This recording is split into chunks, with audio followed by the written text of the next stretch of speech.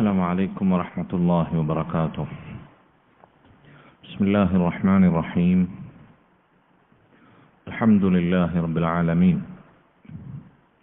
نحمده ونستعينه ونستغفره ونؤمن به ونتوكل عليه ونعوذ بالله من شرور أنفسنا ومن سيئات أعمالنا، من يهده الله فلا مضل له ومن يضلل فلا هادي له، وأشهد أن لا إله إلا الله وحده لا شريك له، وأشهد أن محمدا عبده ورسوله صلوات الله وسلامه عليه، أرسله بالهدى ودين الحق ليظهره على الدين كله ولو كره المشركون. يا أيها الذين آمنوا اتقوا الله حق تقاته ولا تموتن إلا وأنتم مسلمون. يا أيها الناس اتقوا ربكم الذي خلقكم من نفس واحدة وخلق منها زوجها وبث منهما رجالا كثيرا ونساء، واتقوا الله الذي تساءلون به والأرحام إن الله كان عليكم رقيبا. يا أيها الذين آمنوا اتقوا الله وقولوا قولا سديدا يصلح لكم أعمالكم ويغفر لكم ذنوبكم، ومن يطع الله ورسوله فقد فاز فوزا عظيما. أما بعد. ബഹുമാന്യരായ സഹോദരങ്ങളെ, മുസ്ലിമീങ്ങളെ, ഷെയ്ഖുൽ ഇസ്ലാം മുഹമ്മദ് ബിൻ അബ്ദുൽ വഹാബ് റഹിമഹുല്ലാ അദ്ദേഹത്തിൻ്റെ വിശ്വപ്രസിദ്ധമായ റസൂലു സലാസ എന്ന റിസാലയുടെ പഠനത്തിലാണ് നമ്മളുള്ളത്. നമ്മൾ അവസാനം വായിച്ച ഭാഗം ആദ്യം സൂറത്തുൽ അസ്റിലെ 4 മസ്അലകൾ ചർച്ച ചെയ്തതിന് ശേഷം തൗഹീദിൻ്റെ ഇനങ്ങൾ വിശദീകരിക്കുന്ന മറ്റു 3 മസ്അലകൾ കൂടി വിശദീകരിച്ചതിന് ശേഷം ഈ കിതാബിൻ്റെ 3-ാമത്തെ ഭാഗമായ ഇബ്രാഹിം മില്ലത്തു ഇബ്രാഹിം, അതിൻ്റെ പ്രാധാന്യം നമ്മെ പഠിപ്പിക്കുന്ന, അറിയിക്കുന്ന ഷെയ്ഖിന്റെ വാചകങ്ങളാണ് നമ്മൾ അവസാനം വിശദീകരിച്ചത്. യഅലം അർശദക അല്ലാഹു ലിതഅതി അന്നൽ ഹനീഫിയ്യത മില്ലത ഇബ്രാഹിം അൻ തഅബുദ അല്ലാഹ വഹ്ദഹു മുഖ്ലിസൻ ലഹുദ്ദീൻ വബിദാലിക അമറ അല്ലാഹു ജമീഅൻ നാസ് വഖലഖഹും ലഹാ കമാ ഖാല തആല വമാ ഖലഖതുൽ ജിന്ന വൽ ഇൻസ ഇല്ലാ ലിയഅബുദൂൻ വമഅനാ യഅബുദൂനി യുവഹിദൂൻ. ആ ഭാഗമാണ് നമ്മൾ അവസാനം വിശദീകരിച്ചത്. ഇവിടെ എന്താണ് ഇബ്രാഹിം മില്ലത്ത് എന്ന് നമ്മൾ വിശദീകരിച്ചു. എന്തുകൊണ്ടാണ് ഇവിടെ ഷെയ്ഖുൽ ഇസ്ലാം മുഹമ്മദ് ബിൻ അബ്ദുൽ വഹാബ് റഹിമഹുല്ലാ മില്ലത്തു ഇബ്രാഹിം വിശദീകരിച്ചത്? എന്താണ് ഇബ്രാഹിം മില്ലത്തിന്റെ ആകത്തുക? എന്താണ് ഇബ്രാഹിം മില്ലത്ത് എന്ന് പറഞ്ഞാൽ? തൗഹീദ്. മില്ലത്തു ഇബ്രാഹിം എന്ന് പറഞ്ഞാൽ തൗഹീദാണ്. ഷെയ്ഖുൽ ഇസ്ലാം മില്ലത്തു ഇബ്രാഹിം വളരെ പ്രാധാന്യത്തോടുകൂടി ഉസൂലു സലാസ ചർച്ച ചെയ്യുന്നതിന് മുമ്പ് കൊണ്ടുവന്ന എന്തിനു വേണ്ടിയാണ്? അല്ലാഹു സുബ്ഹാനഹു വ തആല പരിശുദ്ധ ഖുർആനിൽ സൂറത്തു നഹ്ലിലൂടെ നമ്മുടെ റസൂൽ സ്വല്ലല്ലാഹു അലൈഹി വസല്ലമയെ വിളിച്ച് ഇബ്രാഹിം മില്ലത്ത് പിൻപറ്റാൻ കൽപ്പിച്ചിരിക്കുന്നു, കൽപ്പനയുടെ സ്വരത്തിൽ. സൂറത്തു നഹ്ലിലെ 123-ാമത്തെ ആയത്ത് അല്ലാഹു നബിയെ വിളിച്ചു പറയുന്നു, സുമ്മ ഔഹൈനാ ഇലൈക അനിത്തബിഅ മില്ലത ഇബ്രാഹിമ ഹനീഫ. അല്ലാഹുവിന്റെ റസൂലെ, നാം താങ്കൾക്ക് ഇതാ വഹി നൽകിയിരിക്കുന്നു. എന്താണ് വഹി നൽകുന്നത്? അനിത്തബിഅ മില്ലത ഇബ്രാഹിമ ഹനീഫ, ഹനീഫായ ഇബ്രാഹിം നബിയുടെ മില്ലത്ത് താങ്കൾ പിൻപറ്റണം. നബിയോട് അല്ലാഹു സുബ്ഹാനഹു വ തആല കൽപ്പിക്കുകയാണ്. ഹനീഫ, ഇബ്രാഹിം നബി ആരായിരുന്നു? ഹനീഫായിരുന്നു. എന്താണ് ഹനീഫിന്റെ അർത്ഥം? മാഇലൻ അനി ശിർക്കി ജാനിഹൻ ഇല തൗഹീദ് അൽ മൈലു മിനൽ ബാതിലി ഇലൽ ഹഖ്. ഷിർക്കിൽ നിന്ന് പൂർണ്ണമായും തൗഹീദിലേക്ക് ചായുക, ബാത്തിലിൽ നിന്ന് പൂർണ്ണമായും ഹക്കിലേക്ക് ചാഞ്ഞു നിൽക്കുക. ഇതിനാണ് ഹനീഫ് എന്ന് പറയാം.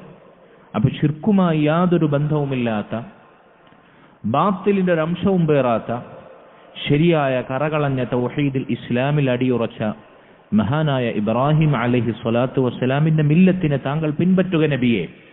വമാ കാന മിനൽ മുശ്രിക്കീൻ. ഇബ്രാഹിം നബി ആരായിരുന്നില്ല? ശിർക്ക് ചെയ്യുന്ന മുശ്രിക്കീങ്ങളിൽപ്പെട്ടവനായിരുന്നില്ല. നബിയോട് അല്ലാഹു സുബ്ഹാനഹു വ തആല ഇബ്രാഹിം നബിയുടെ മില്ലത്ത് പിൻപറ്റാൻ കൽപ്പിച്ചു. സൂറത്തു ആൽ ഇംറാനിലെ 95-ാമത്തെ ആയത്തിൽ നബി സല്ലല്ലാഹു അലൈഹി വസല്ലമയോട് അല്ലാഹു വീണ്ടും കൽപ്പിക്കുകയാണ്, നബിയെ, ഉമ്മത്തിനോട്, മുസ്ലിമീങ്ങളോടൊന്നടങ്കം ഇബ്രാഹിം നബിയുടെ മില്ലത്ത് പിൻപറ്റാൻ വേണ്ടി താങ്കൾ പറയുക. അല്ലാഹു പറഞ്ഞു സൂറത്തു ആൽ ഇംറാനിൽ 95-ാമത്തെ ആയത്ത്, ഖുൽ സദഖല്ലാഹ്, പറയുക നബി, അല്ലാഹു സുബ്ഹാനഹു വ തആല അവൻ സത്യം പറഞ്ഞിരിക്കുന്നു. എന്നിട്ട് മുസ്ലിമീങ്ങളോട് പറയണം, ഫത്തബിഉ മില്ലത ഇബ്രാഹിം ഹനീഫ വമാ കാന മിനൽ മുശ്രിക്കീൻ. നേരത്തെ പറഞ്ഞ ആയത്തിന്റെ അതേ ഘടന തന്നെ. അല്ലാഹു സത്യം പറഞ്ഞിരിക്കുന്നു എന്ന് പറഞ്ഞിട്ട് മുസ്ലിം ഉമ്മത്തിനോട് പറയുക നബിയെ, നിങ്ങൾ ഇബ്രാഹിം നബിയുടെ ഹനീഫായ ഇബ്രാഹിം നബിയുടെ മില്ലത്തിനെ നിങ്ങൾ പിൻപറ്റണമെന്ന് അവരോട് കൽപ്പിക്കുക നബിയെ. നബിയോട് ആദ്യം അല്ലാഹു നേർക്കുനേരെ കൽപ്പിച്ചു, ഉമ്മത്തിനോട് കൽപ്പിക്കാൻ നബിയോട് വീണ്ടും കൽപ്പിച്ചു. വമാ കാന മിനൽ മുശ്രിക്കീൻ. ഇബ്രാഹിം നബി മുശ്രിക്കീങ്ങളിൽപ്പെട്ടവനായിരുന്നില്ല. ഇനി ഇബ്രാഹിം നബിയുടെ മില്ലത്ത് പിൻപറ്റണമെന്ന് അറിയിക്കുന്ന ധാരാളം ആയത്തുകൾ പരിശുദ്ധ ഖുർആനിൽ നമുക്ക് കാണാം. അതിലെ പ്രധാനപ്പെട്ട 2 ആയത്താണ് നമ്മൾ സൂചിപ്പിച്ചത്. നബിയോട് അല്ലാഹു കൽപ്പനയായി പറഞ്ഞു, ഉമ്മത്തിനോട് കൽപ്പിക്കാൻ വീണ്ടും നബിയോട് അല്ലാഹു കൽപ്പിച്ചു. സൂറത്തുൽ ബഖറയിലെ 135-ാമത്തെ ആയത്ത് അല്ലാഹു സുബ്ഹാനഹു വ തആല യഹൂദ നസാറാക്കളുടെ ഭാഷ്യത്തെക്കുറിച്ച് പറയുന്നു. വഖാലു കൂനു ഹൂദൻ ഔ നസാറ തഹ്തദു. നസാറാക്കൾ പറയും, നിങ്ങൾ നസറാണികളാകൂ, നിങ്ങൾക്ക് രക്ഷപ്പെടാം, നിങ്ങൾ ഹിദായത്തിലാകും. ജൂതന്മാർ പറയും, നിങ്ങൾ ജൂതന്മാരാകൂ, നിങ്ങൾ ഹിദായത്തിലാകും, നിങ്ങൾക്ക് രക്ഷപ്പെടാം. ജൂതരും നസാറാക്കളും അവരവരുടെ ദീനിലേക്ക് ക്ഷണിക്കും, എങ്കിൽ നിങ്ങൾക്ക് രക്ഷപ്പെടാം, ഹിദായത്തിലാകാം എന്നവർ പറയും. അല്ലാഹു സുബ്ഹാനഹു വ തആല അവർക്ക് മറുപടി പറയണം, ഖുൽ, പറയുക നബിയെ, ബൽ മില്ലത ഇബ്രാഹിം ഹനീഫ, അവരോട് ഇബ്രാഹിം നബിയുടെ മില്ലത്തിനെ പിൻപറ്റാൻ വേണ്ടി പറയുക നബിയെ. എന്റെ മാർഗത്തെ പിൻപറ്റാൻ വേണ്ടി പറയാനല്ല പറഞ്ഞത്. കാരണം എന്താ? ജൂതരും നസാറാക്കളും ഒരുപോലെ അംഗീകരിക്കുന്നവനാണ് ആര്? ഇബ്രാഹിം അലൈഹി സ്വലാത്തു വസ്സലാം. അതുകൊണ്ട് അവർക്ക് തന്നെ അവർ അംഗീകരിക്കുന്ന ഇബ്രാഹിം നബിയെ കൊണ്ട് അള്ളാഹു മറുപടി നൽകുകയാണ്. നിങ്ങൾ ജൂതരും നസാറാക്കളുമാകട്ടെ, മറിച്ച് നിങ്ങൾ അംഗീകരിക്കുന്ന മഹാനായ ഇബ്രാഹിം അലൈഹി സ്വലാത്തു വസ്സലാമിന്റെ മില്ലത്ത് പിൻപറ്റൂ. അതെന്താണ്? തൗഹീദാണ്. ശിർക്കുമായതിന് യാതൊരു ബന്ധവുമില്ല. അതാണ് യഥാർത്ഥ ഇസ്ലാം. അതുകൊണ്ട് ഇബ്രാഹിം നബിയുടെ മില്ലത്തിനെ നിങ്ങൾ പിൻപറ്റുക, തഹ്തദു, എങ്കിൽ നിങ്ങൾക്ക് ഹിദായത്ത് ലഭിക്കും എന്ന് അല്ലാഹു സുബ്ഹാനഹു വ തആല ജൂതരുടെയും നസാറാക്കളുടെയും അവരുടെ ദീനിലേക്കുള്ള ക്ഷണത്തിന് അല്ലാഹു മറുപടി നൽകുകയാണ്. അതുകൊണ്ട് ഹിദായത്തിന്റെ യാഥാർത്ഥ്യം ഏതാണ്? മില്ലത്ത് ഇബ്രാഹിം, തൗഹീദ്. ഒരാൾ ഹിദായത്തിലാകണമെങ്കിൽ അവൻ ഇബ്രാഹിം നബിയുടെ മില്ലത്തിനെ പിൻപറ്റണം. തൗഹീദ് ശുദ്ധമായി അനുധാവനം ചെയ്യണമെന്നതാണ്. ഇവിടെ ഒരു ചോദ്യം, നബി സല്ലല്ലാഹു അലൈഹി വസല്ലമയാണോ ഇബ്രാഹിം അലൈഹി സ്വലാത്തു വസ്സലാമാണോ അംബിയാക്കളിൽ മുർസലീങ്ങളിൽ ശ്രേഷ്ഠൻ? റസൂലുള്ളാഹി സ്വല്ലല്ലാഹു അലൈഹി വസല്ലം. സംശയമല്ല. തൗഹീദ് ഏറ്റവും നന്നായി അറിയുന്നവൻ അംബിയാക്കളുടെ കൂട്ടത്തിൽ നബി സല്ലല്ലാഹു അലൈഹി വസല്ലമയാണ്.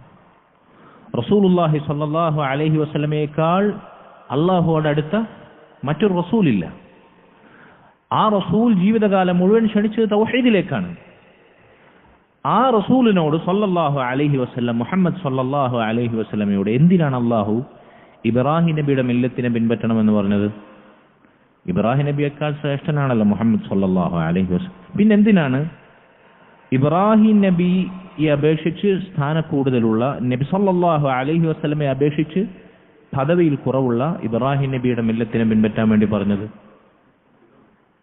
ഒന്ന്, ഇബ്രാഹിം നബി അലൈഹി സ്വലാത്തു വസ്സലാം നബിയുടെ പൂർവ്വപിതാക്കൾപ്പെട്ട ഇസ്മായിൽ നബിയുടെ പരമ്പരയാണ് നബി സല്ലല്ലാഹു അലൈഹി വസല്ലം ജനിച്ചത്. അതുകൊണ്ടാണ് ജൂതന്മാർക്ക് അസൂയ ഉണ്ടായത്.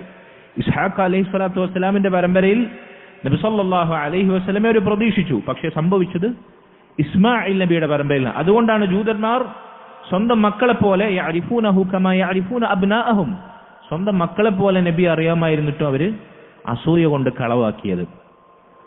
ഇബ്രാഹിം നബി ഇസ്മായിൽ അലൈഹി സ്വലാത്തു വസ്സലാമിന്റെ പിതാവാണ്. നബിയുടെ പിതാമഹന്മാരിൽ ഒരാളാണ് ഇബ്രാഹിം അലൈഹി സ്വലാത്തു വസ്സലാം. അംബിയാക്കളിൽ നബിയേക്കാൾ മുന്നിൽ വന്ന നബിയാണ് ആര്? അബുൽ അംബിയ, ഇമാമുൽ ഹുനഫ എന്നറിയപ്പെടുന്ന മഹാനായ ഇബ്രാഹിം അലൈഹി സ്വലാത്തു വസ്സലാം. അല്ലാഹു സുബ്ഹാനഹു വ തആല അംബിയാക്കൾ രണ്ടുപേരെ മാത്രമാണ് ഖലീൽ എന്ന് വിശേഷിപ്പിച്ചത്. അതിലാദ്യം വിശേഷിപ്പിച്ചത് ആരെയാണ്? മഹാനായ ഇബ്രാഹിം അലൈഹി സ്വലാത്തു വസ്സലാം. അതുകൊണ്ട് ഇബ്രാഹിം അലൈഹി സ്വലാത്തു വസ്സലാമിലേക്ക് ചേർത്തി പറഞ്ഞത്, ഇബ്രാഹിം നബിയുടെ മില്ലത്തിനെ പിൻപറ്റണമെന്ന് നബിയോട് കൽപ്പിച്ചത് നബിയുടെ പിതാവായതുകൊണ്ട്, നബിക്ക് മുൻപ് കടന്നുപോയ ഖലീലായതുകൊണ്ട്, അംബിയാക്കളിൽ നബി സല്ലല്ലാഹു അലൈഹി വസല്ലമയുമായി കുടുംബബന്ധമുള്ളതുകൊണ്ട് ആയിരിക്കാം. ഒന്ന്, പണ്ഡിതന്മാർ അതിന് നൽകുന്ന മറുപടി ഒന്ന് ഇതാണ്. രണ്ടാമത്തേത് നമ്മൾ നേരത്തെ പറഞ്ഞു കഴിഞ്ഞു. ഇബ്രാഹിം അലൈഹി സ്വലാത്തു വസ്സലാമിന്റെ മില്ലത്തിനെ പിൻപറ്റാൻ വേണ്ടി നബിയോട് പറയുകയും ആ മില്ലത്തിനെ പിൻപറ്റാൻ ഉമ്മത്തിനോട് പറയുകയും ചെയ്യുമ്പോൾ നബി സല്ലല്ലാഹു അലൈഹി വസല്ലമയുടെ അനുവാചകരാരാണ്? യഹൂദരുണ്ട്, അവിടെ വേദക്കാരുണ്ട്, അഹ്ലുൽ കിതാബുണ്ട്, നസാറാക്കളുണ്ട്, മക്കയിലെ മുശ്രിക്കുകളുണ്ട്. നബി സല്ലല്ലാഹു അലൈഹി വസല്ലമയുടെ വലൈക്കും സലാം വബറകാതുഹു നബി സല്ലല്ലാഹു അലൈഹി വസല്ലമയുടെ പ്രബോധിത സമൂഹത്തിലെ ജൂതന്മാരാകട്ടെ, നസാറാക്കളാകട്ടെ, മക്കയിലെ കടുത്ത മുശ്രിക്കുകളാകട്ടെ, ഇവരാരും എതിർക്കാത്ത, ഇവരെല്ലാവരും ഒരുപോലെ അനിഷേധ്യമായി അംഗീകരിക്കുന്ന നബിയാണ് ആര്? ഇബ്രാഹിം അലൈഹി സ്വലാത്തു വസ്സലാം. ഇന്നും അങ്ങനെ തന്നെയാണ്. ജൂതന്മാരും നസാറാക്കളും ജൂതമതത്തിലും നസാറ മതത്തിലും വിശ്വസിക്കുന്ന അവരുടെ അനുയായികൾ ഇബ്രാഹിം നബിയെ അംഗീകരിക്കും, ഇബ്രാഹിം നബിയെ നബിയായി അംഗീകരിക്കും. അതുകൊണ്ട് അവർക്കെതിരെ തെളിവ് നിങ്ങൾ തന്നെ അംഗീകരിക്കുന്ന ഇബ്രാഹിം നബിയുടെ മില്ലത്തിനെ നിങ്ങൾ പിൻപറ്റൂ, അതാണ് ഇസ്ലാം, അതാണ് ഞങ്ങൾ പറയുന്ന ശുദ്ധ തൗഹീദ്. അതുകൊണ്ട് അവർക്കെതിരെ അവരുടെ വാദമുഖങ്ങളെ മുൻനിർത്തി, അവരുടെ അംഗീകാരത്തിനെ മുൻനിർത്തി അല്ലാഹു സുബ്ഹാനഹു വ തആല അതേ നാണയത്തിൽ അവർക്കെതിരെ അല്ലാഹു തെളിവ് സ്ഥാപിക്കുകയാണ്. അവിടെ മുഹമ്മദ് നബിയുടെ മില്ലത്തിനെ പിൻപറ്റൂ എന്ന് അവരോട് പറഞ്ഞ, മുഹമ്മദ് ഇപ്പോൾ കൊണ്ടുവന്ന ദീനല്ലേ ഇത്, നമുക്ക് നമ്മുടെ പൂർവ്വപിതാക്കളായ അമ്പിയാക്കളുടെ ദീനുണ്ട് എന്നവർക്ക് ന്യായം പറയാതിരിക്കാൻ ഇബ്രാഹിം നബിയുടെ മില്ലത്തിനെ പിൻപറ്റൂ. അത് തന്നെയാണ് മുഹമ്മദ് നബി സ്വല്ലല്ലാഹു അലൈഹി വസല്ലം കൊണ്ടുവന്ന ദീൻ. മുഹമ്മദ് സ്വല്ലല്ലാഹു അലൈഹി വസല്ലം കൊണ്ടുവന്നത് പുതിയ ദീനല്ല, മുൻകാല അമ്പിയാക്കളുടെ ഇബ്രാഹിം നബിയുടെ മില്ലത്ത് തന്നെയാണ്, തൗഹീദ് തന്നെയാണ് എന്ന് പഠിപ്പിക്കാൻ വേണ്ടിയാണ്. ഇതാണ് അതിനുള്ള പണ്ഡിതന്മാർ നൽകിയിട്ടുള്ള പ്രധാനപ്പെട്ട മറുപടി. എന്തുകൊണ്ട് ഇബ്രാഹിമി മില്ലത്ത് പിൻപറ്റാൻ നബി സല്ലല്ലാഹു അലൈഹി വസല്ലമയോട് അള്ളാഹു കൽപ്പിച്ചു? ഏറ്റവും ശ്രേഷ്ഠനായ നബിയും റസൂലും അള്ളാഹുവിന്റെ റസൂൽ സല്ലല്ലാഹു അലൈഹി വസല്ലമ ആയിരിക്കെ തന്നെ. ഇതാണ് അതിനുള്ള മറുപടി. അപ്പൊ ഇബ്രാഹിം നബിയുടെ മില്ലത്ത് പിൻപറ്റണമെന്നത് ഖുർആനിൽ അടിക്കടി അള്ളാഹു നമ്മെ ഉണർത്തിയതാണ്. നബിയോട് കൽപ്പിച്ചു, ഉമ്മത്തിനോട് കൽപ്പിക്കാൻ റസൂലുള്ളാഹി സ്വല്ലല്ലാഹു അലൈഹി വസല്ലമയോട് അള്ളാഹു കൽപ്പിച്ചു. നബി സല്ലല്ലാഹു അലൈഹി വസല്ലം അത് നമ്മെ വളരെ മനോഹരമായി പഠിപ്പിച്ചു. നിത്യജീവിതത്തിൽ എങ്ങനെയാണത്? അത് നമ്മൾ പ്രഖ്യാപിക്കുന്നുണ്ട്. ആ കരാറ് നമ്മൾ ദിവസവും പുതുക്കുന്നുണ്ട്, രാവിലെ വൈകുന്നേരവും. അദ്കാർ സ്വബാഹിലും മശായിലും. അസ്ബഹ്ന അലാ ഫിത്രത്തിൽ ഇസ്ലാമി വകലിമത്തിൽ ഇഖ്ലാസി വദീനി നബീന മുഹമ്മദിൻ സ്വല്ലല്ലാഹു അലൈഹി വസല്ലം വഅലാ മില്ലത്തി അബീന ഇബ്രാഹിം ഹനീഫൻ മുസ്ലിമൻ വമാ കാന മിനൽ മുശ്രിക്കീൻ. ഇബ്രാഹിം നബിയുടെ മില്ലത്തിലാണ് നമ്മൾ നേരം വെളുത്തത്. എന്താണ് ദുആന്റെ അർത്ഥം? അസ്ബഹന അലാ ഫിത്രത്തിൽ ഇസ്ലാമി. നേരം വെളുക്കുമ്പോൾ ചൊല്ലേണ്ട ദിക്റുകളിൽപ്പെട്ടതാണ്. ഞങ്ങൾ ഇസ്ലാമിന്റെ ശുദ്ധപ്രകൃതിയിൽ നേരം പുലർന്നിരിക്കുന്നു. വഅലാ കലിമത്തുൽ ഇഖ്ലാസ്, ഇഖ്ലാസിന്റെ തൗഹീദിന്റെ വചനത്തിനുമേൽ ലാ ഇലാഹ ഇല്ലല്ലാഹ് മുറുകെ പിടിച്ചുകൊണ്ട് ഞങ്ങൾ നേരം പുലർന്നിരിക്കുന്നു. പിന്നെ വഅലാ ദീനി നബീന മുഹമ്മദിൻ സ്വല്ലല്ലാഹു അലൈഹി വസല്ലം. മറ്റൊരു റിവായത്തിൽ കാണാം വഅലാ സുന്നത്തി നബീന മുഹമ്മദിൻ സ്വല്ലല്ലാഹു അലൈഹി വസല്ലം. നബി സ്വല്ലല്ലാഹു അലൈഹി വസല്ലമയുടെ ദീനിലായി, അവിടുത്തെ സുന്നത്തിലായി ഞങ്ങൾ നേരം പുലർന്നിരിക്കുന്നു. നിർത്തിയോടെ? നിർത്തിയില്ല. വഅലാ മില്ലത്തി അബീന ഇബ്രാഹീമ, നമ്മുടെ പിതാവായ അമ്പിയാക്കളുടെ പിതാവായ ഇബ്രാഹിം അലൈഹി സ്വലാത്തു വസ്സലാം ഹനീഫ, ശിർക്കുമായി യാതൊരു ബന്ധവുമില്ലാത്ത ശുദ്ധ മുവഹിദായിരുന്ന, വമാ കാന മിനൽ മുശ്രിക്കീൻ, മുശ്രിക്കീങ്ങളിൽ പെടാത്ത മഹാനായ ഇബ്രാഹിം അലൈഹി സ്വലാത്തു വസ്സലാമിന്റെ മില്ലത്തിൽ ഞങ്ങൾ നേരം പുലർന്നിരിക്കുന്നു. രാവിലെ പ്രഖ്യാപിച്ചു, തീർന്നോ? വൈകുന്നേരം പിന്നെ നമ്മൾ പുതുക്കണം. അംസൈന, ഞങ്ങളിതാ പ്രദോഷത്തിലായിരിക്കുന്നു. വൈകുന്നേരത്തിൽ അലാ ഫിത്രത്തിൽ ഇസ്ലാമി വകലിമത്തിൽ ഇഖ്ലാസി വദീനി നബീന മുഹമ്മദ് സ്വല്ലല്ലാഹു അലൈഹി വസല്ലം വഅലാ മില്ലത്തി അബീന ഇബ്രാഹിം ഹനീഫൻ മുസ്ലിമൻ വമാ കാന മിനൽ മുശ്രിക്കീൻ. അപ്പൊ ഇബ്രാഹിം മില്ലത്തുമായിട്ടുള്ള നമ്മുടെ ബന്ധം നമുക്കതറിയാതെ തന്നെ നമ്മുടെ ജീവിതത്തിൽ എത്ര വലുതാണ് ഇത്. ഈ തിരിച്ചറിവ് പലപ്പോഴും നമുക്കറിയില്ല. നമ്മൾ ഈ ദിക്ർ ചെല്ലുമ്പോൾ പോലും എന്താണ് നമ്മുടെ ജീവിതത്തിൽ ഒരു മുവഹിദിന്റെ മുസ്ലിമിന്റെ ജീവിതത്തിൽ ഇബ്രാഹിം നബി അലൈഹിസ്സലാത്തു വസ്സലാമിന്റെ മില്ലത്തുമായിട്ടുള്ള ബന്ധം എന്ന് നമുക്ക് മനസ്സിലാകാറില്ല. അതുകൊണ്ടാണ് ഇബ്രാഹിം മില്ലത്താണ് ശരിയായ ദീൻ, അതാണ് തൗഹീദ്. മില്ലത്ത് എന്ന് പറഞ്ഞാൽ പണ്ഡിതന്മാർ അതിന്റെ അർത്ഥമായി ദീനിന്റെ ഒരു പര്യായപദമാണ്, മുതറാദിഫാണ് മില്ലത്ത് എന്ന് പണ്ഡിതന്മാർ ചില പറഞ്ഞു. ദീന് എന്നുള്ള അർത്ഥത്തിൽ തന്നെയാണ്. പക്ഷെ ചില പണ്ഡിതന്മാർ പറഞ്ഞു അതിനേക്കാൾ പ്രത്യേകമായ അർത്ഥം മില്ലത്തിനുണ്ട്. മില്ലത്ത് എന്ന് പറഞ്ഞാൽ ദീനിന്റെ അകക്കാമ്പ്, ദീനിന്റെ കാതലായ വശം. അതുകൊണ്ടാണ് അവിടെ മില്ലത്ത് എന്ന പ്രയോഗം വന്നിട്ടുള്ളത്. ദീൻ എന്ന് പറഞ്ഞാൽ തൗഹീദുണ്ട്, അഖീദയുണ്ട്, മറ്റനുഷ്ഠാനങ്ങളുണ്ട്, ഇബാദത്തുണ്ട്. ഇവിടെ മില്ലത്ത് എന്ന് പറഞ്ഞാൽ അതിനെ പ്രത്യേകമായി ഉദ്ദേശിച്ച് ദീനിന്റെ അടിസ്ഥാനം, ദീനിന്റെ കാതലായ വശം അതെന്താണ്? തൗഹീദാണ്. ഇനി അടുത്ത വാചകത്തിൽ ശൈഖ് എന്താ വിശദീകരിക്കുന്നത്? ഇഅലം അർഷദക അല്ലാഹു ലിതഅതി അന്നൽ ഹനീഫിയത മില്ലത ഇബ്രാഹിം. ഹനീഫിയത്ത് എന്ന് പറഞ്ഞാൽ ഇബ്രാഹിം നബിയുടെ മില്ലത്താണ്. എന്നിട്ട് ഇബ്രാഹിം നബിയുടെ മില്ലത്ത് വിശദീകരിക്കുന്നത് എങ്ങനെയാണ്? ഇബ്രാഹിം നബിയുടെ മില്ലത്ത് അൻ തഅബുദല്ലാഹ വഹ്ദഹ, നീ അല്ലാഹുവിന് മാത്രം ഇബാദത്ത് ചെയ്യലാണ്. മുഖ്ലിസൻ ലഹു അദ്ദീൻ, ദീൻ അല്ലാഹുവിന് മാത്രമായി നൽകി, ദീൻ അല്ലാഹുവിന് മാത്രമായി കാഴ്ചവെച്ച് അല്ലാഹുവിന് മാത്രം ഇബാദത്ത് ചെയ്യലാണ് ഇബ്രാഹിം നബിയുടെ മില്ലത്ത് എന്ന് പറഞ്ഞാൽ. വബിദാലിക അമറല്ലാഹു ജമീഅൻ നാസ്, അതുകൊണ്ടാണ്, തൗഹീദ് കൊണ്ടാണ്, ഈ ശരിയായ ഇബ്രാഹിം നബിയുടെ മില്ലത്ത് കൊണ്ടാണ് അല്ലാഹു മുഴുവൻ ജനങ്ങളെയും കൽപ്പിച്ചിട്ടുള്ളത്. മുഴുവൻ ജനങ്ങളോടും അല്ലാഹു കൽപ്പിച്ചത് അതാണ്. ഏത്? തൗഹീദ്. വഖലഖഹും ലഹാ, അതിനുവേണ്ടിയാണ് അല്ലാഹു സുബ്ഹാനഹു വ തആല മുഴുവൻ മനുഷ്യരെയും ജിന്നുകളെയും പടച്ചിട്ടുള്ളത്, സൃഷ്ടിച്ചിട്ടുള്ളത്. എന്താണ് അതിനുള്ള തെളിവ്? ഷെയ്ഖ് ശേഷം ഷെയ്ഖിന്റെ പതിവ് പോലെ തെളിവ് നിരത്തുകയാണ്. കമാ ഖാല അല്ലാഹു തആല വമാ ഖലഖതുൽ ജിന്ന വൽ ഇൻസ ഇല്ലാ ലിയഅ്ബുദൂൻ. അല്ലാഹു പറയുന്നു, ഞാനൊരു ജിന്നിനെയും ഒരു ഇൻസിനെയും സൃഷ്ടിച്ചിട്ടില്ല. ഇവിടെ അൽ ജിൻ, അൽ ഇൻസ് എന്ന് പറഞ്ഞത് ജിന്നിനും ഇൻസിനും അലിഫ്ലാമോട് കൂടിയിട്ടാണ് പ്രയോഗിച്ചിട്ടുള്ളത്. എന്ന് പറഞ്ഞാൽ ജിന്ന് വർഗം മുഴുവൻ പെട്ടു, അവിടെ ഒരു ജിന്ന് അവിടെ ഒഴിവായിട്ടില്ല. അൽ ഇൻസ് എന്ന് പറഞ്ഞാൽ മനുഷ്യരായി പറഞ്ഞ എല്ലാവരും പെട്ടു, ഒരു മനുഷ്യനെ അവിടെ ഒഴിവാക്കിയിട്ടില്ല. അലിഫ്ലാം ചേർത്തിയാണ് ആ പ്രയോഗം. അതിന്റെ അർത്ഥം മനുഷ്യവർഗം മുഴുവൻ. അൽ ജിന്ന് എന്ന് പറഞ്ഞാൽ ജിന്ന് വർഗം മുഴുവൻ, അവരെ ആരെയും ഞാൻ സൃഷ്ടിച്ചിട്ടില്ല. ഇല്ലാ ലിയഅ്ബുദൂൻ, എനിക്ക് വേണ്ടി ഇബാദത്ത് ചെയ്യാൻ വേണ്ടിയല്ലാതെ, എനിക്ക് ഇബാദത്ത് ചെയ്യാൻ വേണ്ടിയല്ലാതെ.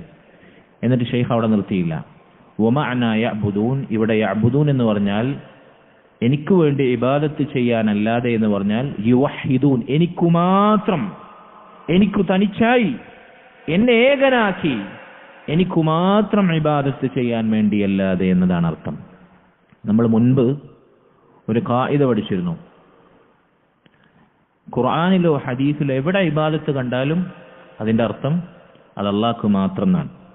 കാരണം ഒരു ഇബാദത്തായി മാറണമെങ്കിൽ അത് അല്ലാഹുവിന് മാത്രം നൽകണം. അല്ലാഹുവിന് മാത്രമായി നൽകുന്ന ഇബാദത്തെ അല്ലാഹു സ്വീകരിക്കുള്ളൂ. അതേ ഇബാദത്താവും, അല്ലാത്ത എന്താണ്? ശിർക്കാണ്. അതുകൊണ്ട് ഇബാദത്ത് എന്ന് എവിടെ കണ്ടാലും അവിടെ മാത്രം അല്ലാഹുവിന് മാത്രം എന്ന അർത്ഥം വരും. അപ്പൊ പിന്നെ സൂറത്തുൽ ഫാത്തിഹയിലെ ഇയ്യാക നഅ്ബുദിന്റെ അർത്ഥം ഒന്നുകൂടി കനക്കും. ഇയ്യാക നഅ്ബുദു എന്ന് പറഞ്ഞാൽ എന്താണ്? അല്ലാഹുവേ നിനക്ക് മാത്രം ഞങ്ങൾ ഇബാദത്ത് ചെയ്യുന്നു. അവിടെ ഇയ്യാക ഇല്ല എന്നുണ്ടെങ്കിൽ തന്നെ നഅ്ബുദുക, നിനക്ക് ഞങ്ങൾ ഇബാദത്ത് ചെയ്യുന്നു എന്ന് പറഞ്ഞാൽ തന്നെ അവിടെ മാത്രമുണ്ട്. കാരണം ഇബാദത്ത് ആർക്കാണ്? അല്ലാഹുവിന് മാത്രം. നമ്മുടെ നാട്ടിലെ ശിർക്കിന്റെ ആളുകൾ ഇബാദത്ത് ആർക്കെന്ന് ചോദിച്ചാൽ എന്താ പറയാ? അല്ലാഹ്ക്ക് മാത്രം. പക്ഷെ അവർ ചെയ്യുന്ന ശിർക്ക് അത് അല്ലാഹു അല്ലാത്തവർക്ക് ഇബാദത്ത് ചെയ്യുന്നതല്ല. ഞങ്ങൾ അല്ലാഹ് അല്ലാത്തവർക്ക് ഇബാദത്ത് ചെയ്യില്ല. പച്ച ശിർക്ക് ചെയ്തിട്ട് അവർ പറയുന്നത് എന്താ? ഞങ്ങൾ അല്ലാഹ് അല്ലാത്തവർക്ക് ഇബാദത്ത് ചെയ്യുന്നില്ല, ഇത് ശിർക്കല്ല എന്നാണ് അവർ പറയുന്നത്. ഇബാദത്ത് ആർക്ക് എന്ന് ചോദിച്ചാൽ അവരുടെ മറുപടി അല്ലാഹുവിന് മാത്രം എന്നാണ്. അപ്പൊ ഇബാദത്ത് എന്ന സംശ എവിടെ വന്നിട്ടുണ്ടോ, ആയത്തിലാകട്ടെ ഹദീസിലാകട്ടെ, അവിടെ മാത്രം എന്ന അർത്ഥം കിട്ടും. കാരണം ഇബാദത്ത് ആർക്ക് മാത്രം? അല്ലാഹുവിന് മാത്രം. അതോടൊപ്പം ഇയ്യാക എന്ന തഅക്കീദ് കൂടി വന്നാൽ അല്ലാഹുവേ നിനക്കു മാത്രം, നിന്നോട് മാത്രം ഞങ്ങൾ ഇബാദത്ത് ചെയ്യുന്നു എന്നർത്ഥം അവിടെ ഇരട്ടിക്കും. അപ്പോ വമാ ഖലഖതുൽ ജിന്ന വൽ ഇൻസ ഇല്ലാ ലിയഅ്ബുദൂൻ എന്ന ആയത്തിന് അർത്ഥം പറയവേ ഷെയ്ഖുൽ ഇസ്ലാം മുഹമ്മദ് ബിൻ അബ്ദുൽ വഹാബ് റഹിമഹുല്ലാ അദ്ദേഹം പറഞ്ഞു, വമഅന യഅ്ബുദൂൻ യുവഹിദൂൻ. ഇവിടെ അല്ലാഹു യഅ്ബുദൂൻ എന്ന് പറഞ്ഞത് യുവഹിദൂൻ, ഇബാദത്ത് അല്ലാഹുവിന് മാത്രം എന്നർത്ഥത്തിലാണ്. ശരി, അപ്പോൾ അല്ലാഹു സുബ്ഹാനഹു വ തആല നമ്മെ സൃഷ്ടിച്ചു, വെറുതെ സൃഷ്ടിച്ചില്ല. അവന് മാത്രം ഇബാദത്ത് ചെയ്യാൻ, ഇബ്രാഹിം അലൈഹി സ്വലാത്തു വസ്സലാമിന്റെ മില്ലത്തിനെ പിൻപറ്റാൻ, അതിനുവേണ്ടിയാണ് അള്ളാഹു നമ്മെ സൃഷ്ടിച്ചത്. അതാണ് അള്ളാഹു സുബ്ഹാനഹു വ തആല മുഴുവൻ മനുഷ്യരോടും കൽപ്പിച്ചത്, മുഴുവൻ ജിന്നിനോടും കൽപ്പിച്ചത്. അപ്പോൾ പിന്നെ സഹോദരങ്ങളെ, നമ്മുടെ ജീവിതത്തിൽ ഏറ്റവും പ്രധാനപ്പെട്ട, ഏറ്റവും വലിയ ലക്ഷ്യമായി സ്ഥാപിക്കേണ്ടത് ഈ തൗഹീദാണ്. തൗഹീദ് കഴിഞ്ഞിട്ടേ നമുക്ക് എന്ത് കാര്യവും പാടുള്ളൂ. കാരണം തൗഹീദ് മനസ്സിലാക്കാത്തവൻ, തൗഹീദ് നഷ്ടപ്പെട്ടവൻ, അവന് യഥാർത്ഥത്തിൽ പണ്ഡിതന്മാർ പറഞ്ഞു ഇൻസാനിയത്താണ്, മാനുഷികതയാണ് അവന് നഷ്ടപ്പെട്ടുള്ളത്, മാനവികതയാണ് അവന് നഷ്ടപ്പെട്ടുള്ളത്. ചില ആളുകൾ എല്ലാ മതങ്ങളും ഒന്നിക്കണം, മാനവികതയിലേക്ക് ക്ഷണിക്കണം, മനുഷ്യൻ മനുഷ്യനായി ജീവിക്കണം. മാനവികതയിലേക്കാണ് ക്ഷണിക്കേണ്ടത്, മതങ്ങളിലേക്കല്ല ക്ഷണിക്കേണ്ടത് എന്ന് ചില ആളുകൾ പറയും. യഥാർത്ഥത്തിൽ തൗഹീദില്ലാത്തവൻ എന്തു മാനവികത? തന്നെ മനുഷ്യനായി പടച്ച തന്റെ റബ്ബിനെ തിരിച്ചറിയാത്തവൻ എന്തു മനുഷ്യത്വം? അല്ലാഹു സുബ്ഹാനഹു വ തആല അതുകൊണ്ടാണ് അല്ലാഹുവിന്റെ തൗഹീദ് അംഗീകരിക്കാത്ത കുഫ്റിലായിട്ടുള്ള ആളുകളെ കുറിച്ച് ഉലൈക കൽ അൻആം, അവർ മൃഗങ്ങളെ പോലെയാണ്, അല്ലാഹു അവിടെ നിർത്തിയില്ല. ബൽഹും അളല്ലു സബീല, മറിച്ച് മൃഗങ്ങളെക്കാൾ അധപ്പതിച്ചവരാണ് അവർ. അവർക്ക് മനുഷ്യത്വം, മാനവികത അവകാശപ്പെടാൻ സാധിക്കുകയില്ല.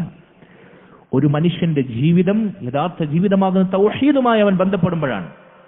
അതുകൊണ്ട് സഹോദരങ്ങളെ, നമ്മുടെ ജീവിതത്തിലെ പരമപ്രധാനമായ, നമ്മൾ ഫസ്റ്റ് പ്രയോറിറ്റി കൊടുക്കേണ്ടത് തൗഹീദിന് വേണ്ടിയാണ്. അത് പഠിച്ചുകൊണ്ടേയിരിക്കാൻ, അതിനെതിരായ ശിർക്കിന്റെ ഗൗരവം മനസ്സിലാക്കിക്കൊണ്ടേയിരിക്കാൻ. അത് കഴിച്ചിട്ട് മതി നമുക്ക് മറ്റെന്തും എന്ന് തീരുമാനിക്കാൻ നമുക്ക് സാധിക്കണം. കാരണം വമാ ഖലഖതുൽ ജിന്ന വൽ ഇൻസ ഇല്ലാ ലിയഅ്ബുദൂൻ, എന്നെ അല്ലാഹു സൃഷ്ടിച്ചത്, മുഴുവൻ മനുഷ്യരെയും അല്ലാഹു സൃഷ്ടിച്ചത് ഈ തൗഹീദ് എന്റെ ജീവിതത്തിലൂടെ സ്ഥാപിക്കാൻ വേണ്ടിയാണ്. അവന് മാത്രം ഇബാദത്ത് ചെയ്യാൻ വേണ്ടിയാണ്. ജോലി എടുക്കാനാണ് നമ്മൾ അല്ലാഹു സൃഷ്ടിച്ചത്? കുടുംബമുണ്ടാക്കാനാണോ? സന്താനോൽപാദനത്തിനാണോ? ദുനിയാവിൽ വലിയ സ്ഥാനങ്ങൾ കൈയടക്കാനാണോ? തിന്നാനാണോ? കുടിക്കാനാണോ? നയിക്കാനാണോ? ചില ആളുകൾ എല്ലാം മുറിയെ പകലന്ത്യാവോളം പണിയെടുക്കും. നമ്മൾ പറയില്ലേ, അധ്വാനം തന്നെ അധ്വാനം, രാവും പകലും ഇല്ലാതെ, കുളിയും ദേവാരവും ഇല്ലാതെ, ഭക്ഷണം ഊണും ഉറക്കമില്ലാതെ 24 മണിക്കൂറും എന്ന് പറഞ്ഞ പോലെ അധ്വാനിക്കും, ദുനിയാവിന് വേണ്ടി അധ്വാനിക്കും. അള്ളാഹു എന്തിനാണ് നമ്മെ സൃഷ്ടിച്ചത്? പലർക്കും പല ലക്ഷ്യങ്ങളും, പല സ്വപ്നങ്ങളും, പല മോഹങ്ങളും, അഭിലാഷങ്ങളും, അംബീഷൻസ് ഒക്കെ ആയിരിക്കും ദുനിയാവിൽ. തൗഹീദാണ് നമ്മുടെ പരമപ്രധാനമായ ലക്ഷ്യം. അത് പഠിക്കാനും, അത് കേൾക്കാനും, അത് അയവിറക്കാനും, അത്തരം സദസ്സുകൾ ചെന്നിരിക്കാനും നമുക്ക് മടിയുണ്ടാകരുത്. നമ്മുടെ സൃഷ്ടിപ്പിന്റെ രഹസ്യം തന്നെ തൗഹീദാണ്. അതുകൊണ്ട് തൗഹീദ് നമുക്ക് ഏറ്റവും വലിയ കാര്യമായി മാറണം. അതാണ് ഷെയ്ഖുൽ ഇസ്ലാം ശേഷമുള്ള വാചകങ്ങളിൽ പറയുന്നത്. എന്താ പറയുന്നത്? വഅഅ്ളമു മാ അമറല്ലാഹു ബിഹി അത്തൗഹീദ്. അല്ലാഹു സുബ്ഹാനഹു വ തആല കൽപ്പിച്ച കാര്യങ്ങളിൽ ഏറ്റവും മഹത്തരമായ കാര്യം തൗഹീദാണ്.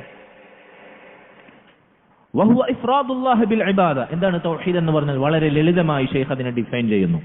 തൗഹീദിന്റെ നിർവചനം പഠിപ്പിക്കും. എന്താണ് തൗഹീദ്? ഇഫ്റാദുല്ലാഹി ബിൽ ഇബാദ. കുട്ടികൾക്ക് പോലും എളുപ്പം മനസ്സിലാക്കും, എളുപ്പം ഹിഫ്ലാക്കാൻ പറ്റുന്ന വാചകമാണ്.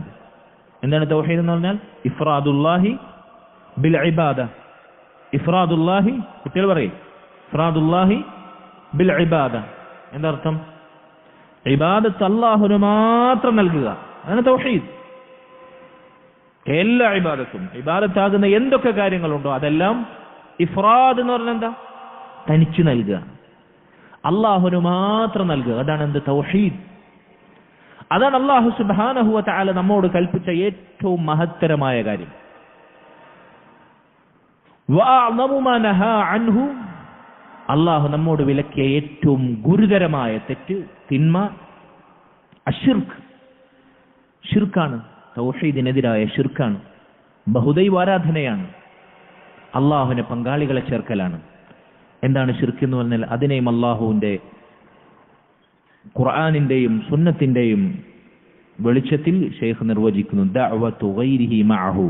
ഷിർക്ക് എന്ന് പറഞ്ഞാൽ ദഅവതു ഗൈരിഹി മഅഹു, അള്ളാഹുവോടൊപ്പം അല്ലാഹു അല്ലാത്തവരോട് തേടുക, പ്രാർത്ഥിക്കുക, ദുആ ചെയ്യുക. അത് മാത്രമാണോ ശിർക്ക്? അല്ല. ശിർക്കിന്റെ ഏറ്റവും പ്രകടമായ ഉദാഹരണം അതാണ്. അല്ലാഹു അല്ലാത്തവരെ അല്ലാഹുവോടൊപ്പം വിളിച്ചു തേടുക, അല്ലാഹു അല്ലാത്തവരെ അല്ലാഹുവോടൊപ്പം ഇബാദത്ത് ചെയ്യുക. കാരണം ദുആ എന്നത് ഇബാദത്താണ്. ആ ശിർക്കാണ് അല്ലാഹു നമ്മോട് വിലക്കിയ ഏറ്റവും വലിയ തിന്മ, ഏറ്റവും കൊടിയ തിന്മ, ഏറ്റവും കടുത്ത പാതകം. അതിനേക്കാൾ വലിയൊരു തിന്മ ഇസ്ലാമിന്റെ ഭാഷയിലില്ല. അല്ലാഹു നമ്മോട് കൽപ്പിച്ച ഏറ്റവും മഹത്തായ നന്മ തൗഹീദാണ്. ആ തൗഹീദില്ലെങ്കിൽ മറ്റൊരു നന്മയും നന്മയേ അല്ല. മറ്റു നന്മകളെല്ലാം നന്മകളായി തീരണമെങ്കിൽ തൗഹീദ് ഉണ്ടാകണം. തൗഹീദില്ലാത്തവന്റെ മറ്റെല്ലാ നന്മകളും അത് പാഴായി പോകും. സഹോദരങ്ങളെ, ഈ വാചകം നമ്മൾ മനഃപ്പാഠമാക്കി വെക്കേണ്ട വാചകമാണ്. അഅ്ദമു മാ അമറല്ലാഹു ബിഹി അത്തൗഹീദ്. അല്ലാഹു നമ്മോട് കൽപ്പിച്ച ഏറ്റവും മഹത്തായ നന്മ തൗഹീദാണ്. തൗഹീദിനേക്കാൾ വലിയ നന്മയില്ല. മറ്റേത് നന്മയും നന്മയാകണമെങ്കിൽ തൗഹീദ് ഉണ്ടാകണം. വഅഅ്ദമു മാ നഹാ അൻഹു അശ്ശിർക്ക്. അല്ലാഹു നമ്മോട് വിലക്കിയ ഏറ്റവും ഗുരുതരമായ തിന്മ, കടുത്ത തെറ്റ് ശിർക്കാണ്. ഇത് ചെറിയ കുട്ടികളെ നമ്മൾ ചെറുപ്പത്തിലേ പറഞ്ഞു പഠിപ്പിക്കണം. മദ്യപാനമോ വ്യഭിചാരമോ കൊള്ളയോ കൊലപാതകമോ മറ്റു സാമൂഹികമായ അരാജകത്വമോ ഇതല്ല ഇസ്ലാമിന്റെ ഭാഷയിൽ വലിയ തിന്മ. അതൊക്കെ വലിയ തിന്മകൾ തന്നെയാണ്. പക്ഷേ അതിനേക്കാളെല്ലാം വലിയ തിന്മ ശിർക്കാണ്. എന്തുകൊണ്ടാണ് തൗഹീദിന് നമ്മുടെ ജീവിതത്തിൽ ഇത്രമേൽ പ്രാധാന്യമുണ്ട് എന്ന് പറയുന്നത്?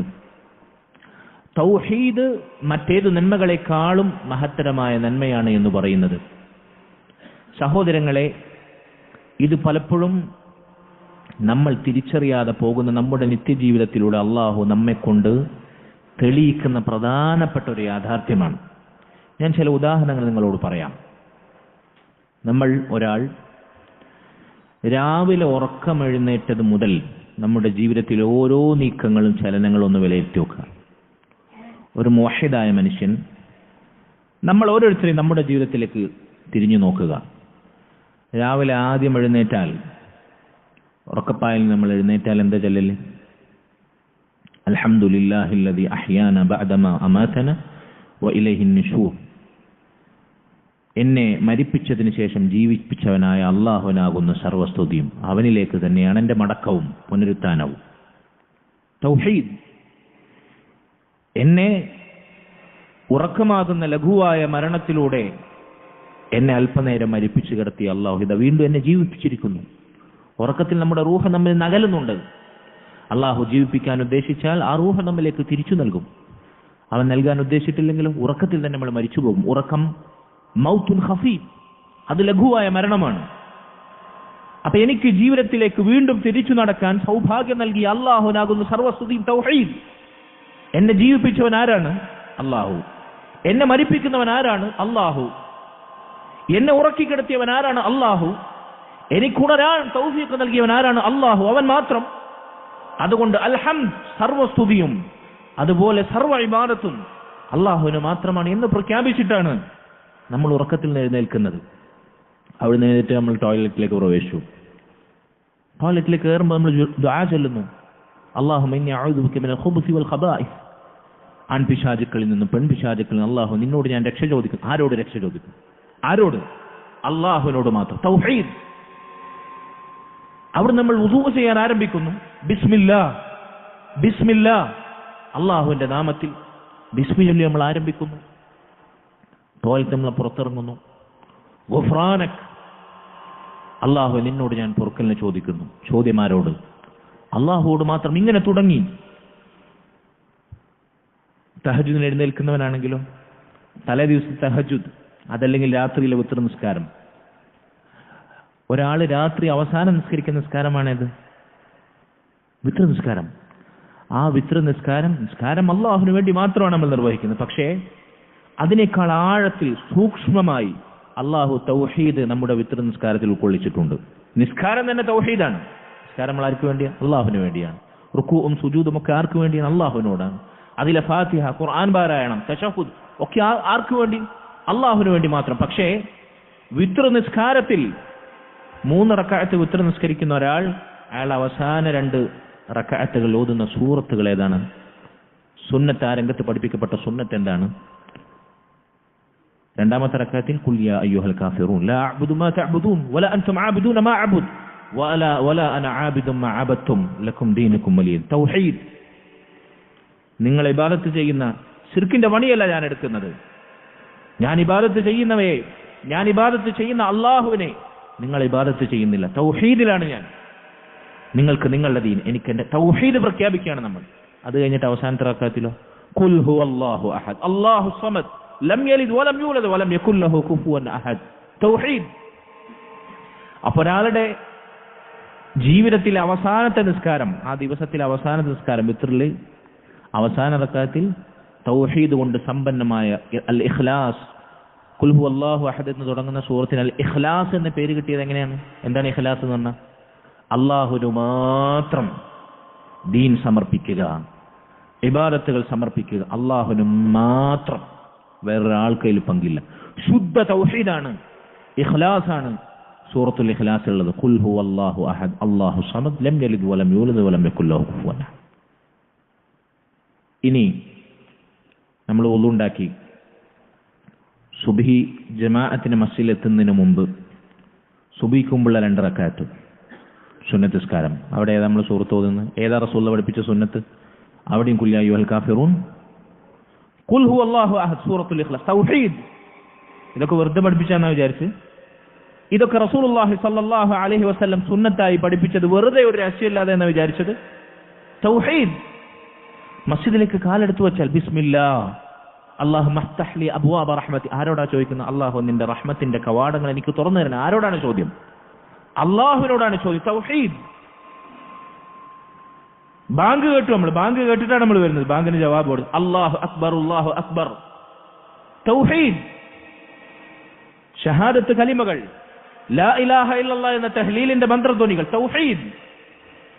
നോക്കൂ നിങ്ങൾ, വെറുതെയാണോ ശൈഖുൽ ഇസ്ലാം അഅ്ളമു മാ അമറ അല്ലാഹു ബിഹി അത്തൗഹീദ്? അല്ലാഹു കൽപ്പിച്ച കാര്യങ്ങളിൽ ഏറ്റവും മഹത്തരമായ നന്മ തൗഹീദാണ്. ഒരു മുസ്ലിമിന്റെ ജീവിതം തൗഹീദിൽ ഊട്ടപ്പെട്ടതാണ്. അവൻ എഴുന്നേൽക്കുന്നത് മുതൽ കിടക്കപ്പായിലേക്ക് മടങ്ങുന്നത് വരെ തൗഹീദ് കൊണ്ട് സമ്പന്നമാണ് അവന്റെ ജീവിതം. ഓരോ നിമിഷവും, ഓരോ അനക്കവും, ഓരോ ചലനവും. നോക്കൂ നിങ്ങൾ, ലാ ഹൗല വലാ ഖുവത ഇല്ലാ ബില്ലാഹ്. പക്ഷേ നമുക്കത് തിരിച്ചറിയാൻ സാധിക്കാറില്ല എന്നതാണ് യാഥാർത്ഥ്യം. അള്ളാഹു അതിനുള്ള തൗഫീഖ് നമുക്ക് നൽകുമാറാകട്ടെ. മറ്റൊരു രഹസ്യം പണ്ഡിതന്മാരിൽ ചിലർ പറഞ്ഞു, നമ്മൾ ഒരു ദിവസത്തിലെ അവസാന നിസ്കാരം, വിത്ർ നിസ്കാരം, സമയോ വിത്ർ നിസ്കാരത്തിലെ അവസാനത്തെ റക്അത്തിൽ സൂറത്തുൽ ഇഖ്ലാസാണ് ഓതുന്നത്. ഒരു ദിവസത്തിന്റെ തുടക്കത്തിൽ, അതായത് ഫജ്റിന് മുമ്പുള്ള സുന്നത്തിലും നമ്മൾ അവസാനം ഓതുന്നത് സൂറത്തുൽ ഇഖ്ലാസാണ്.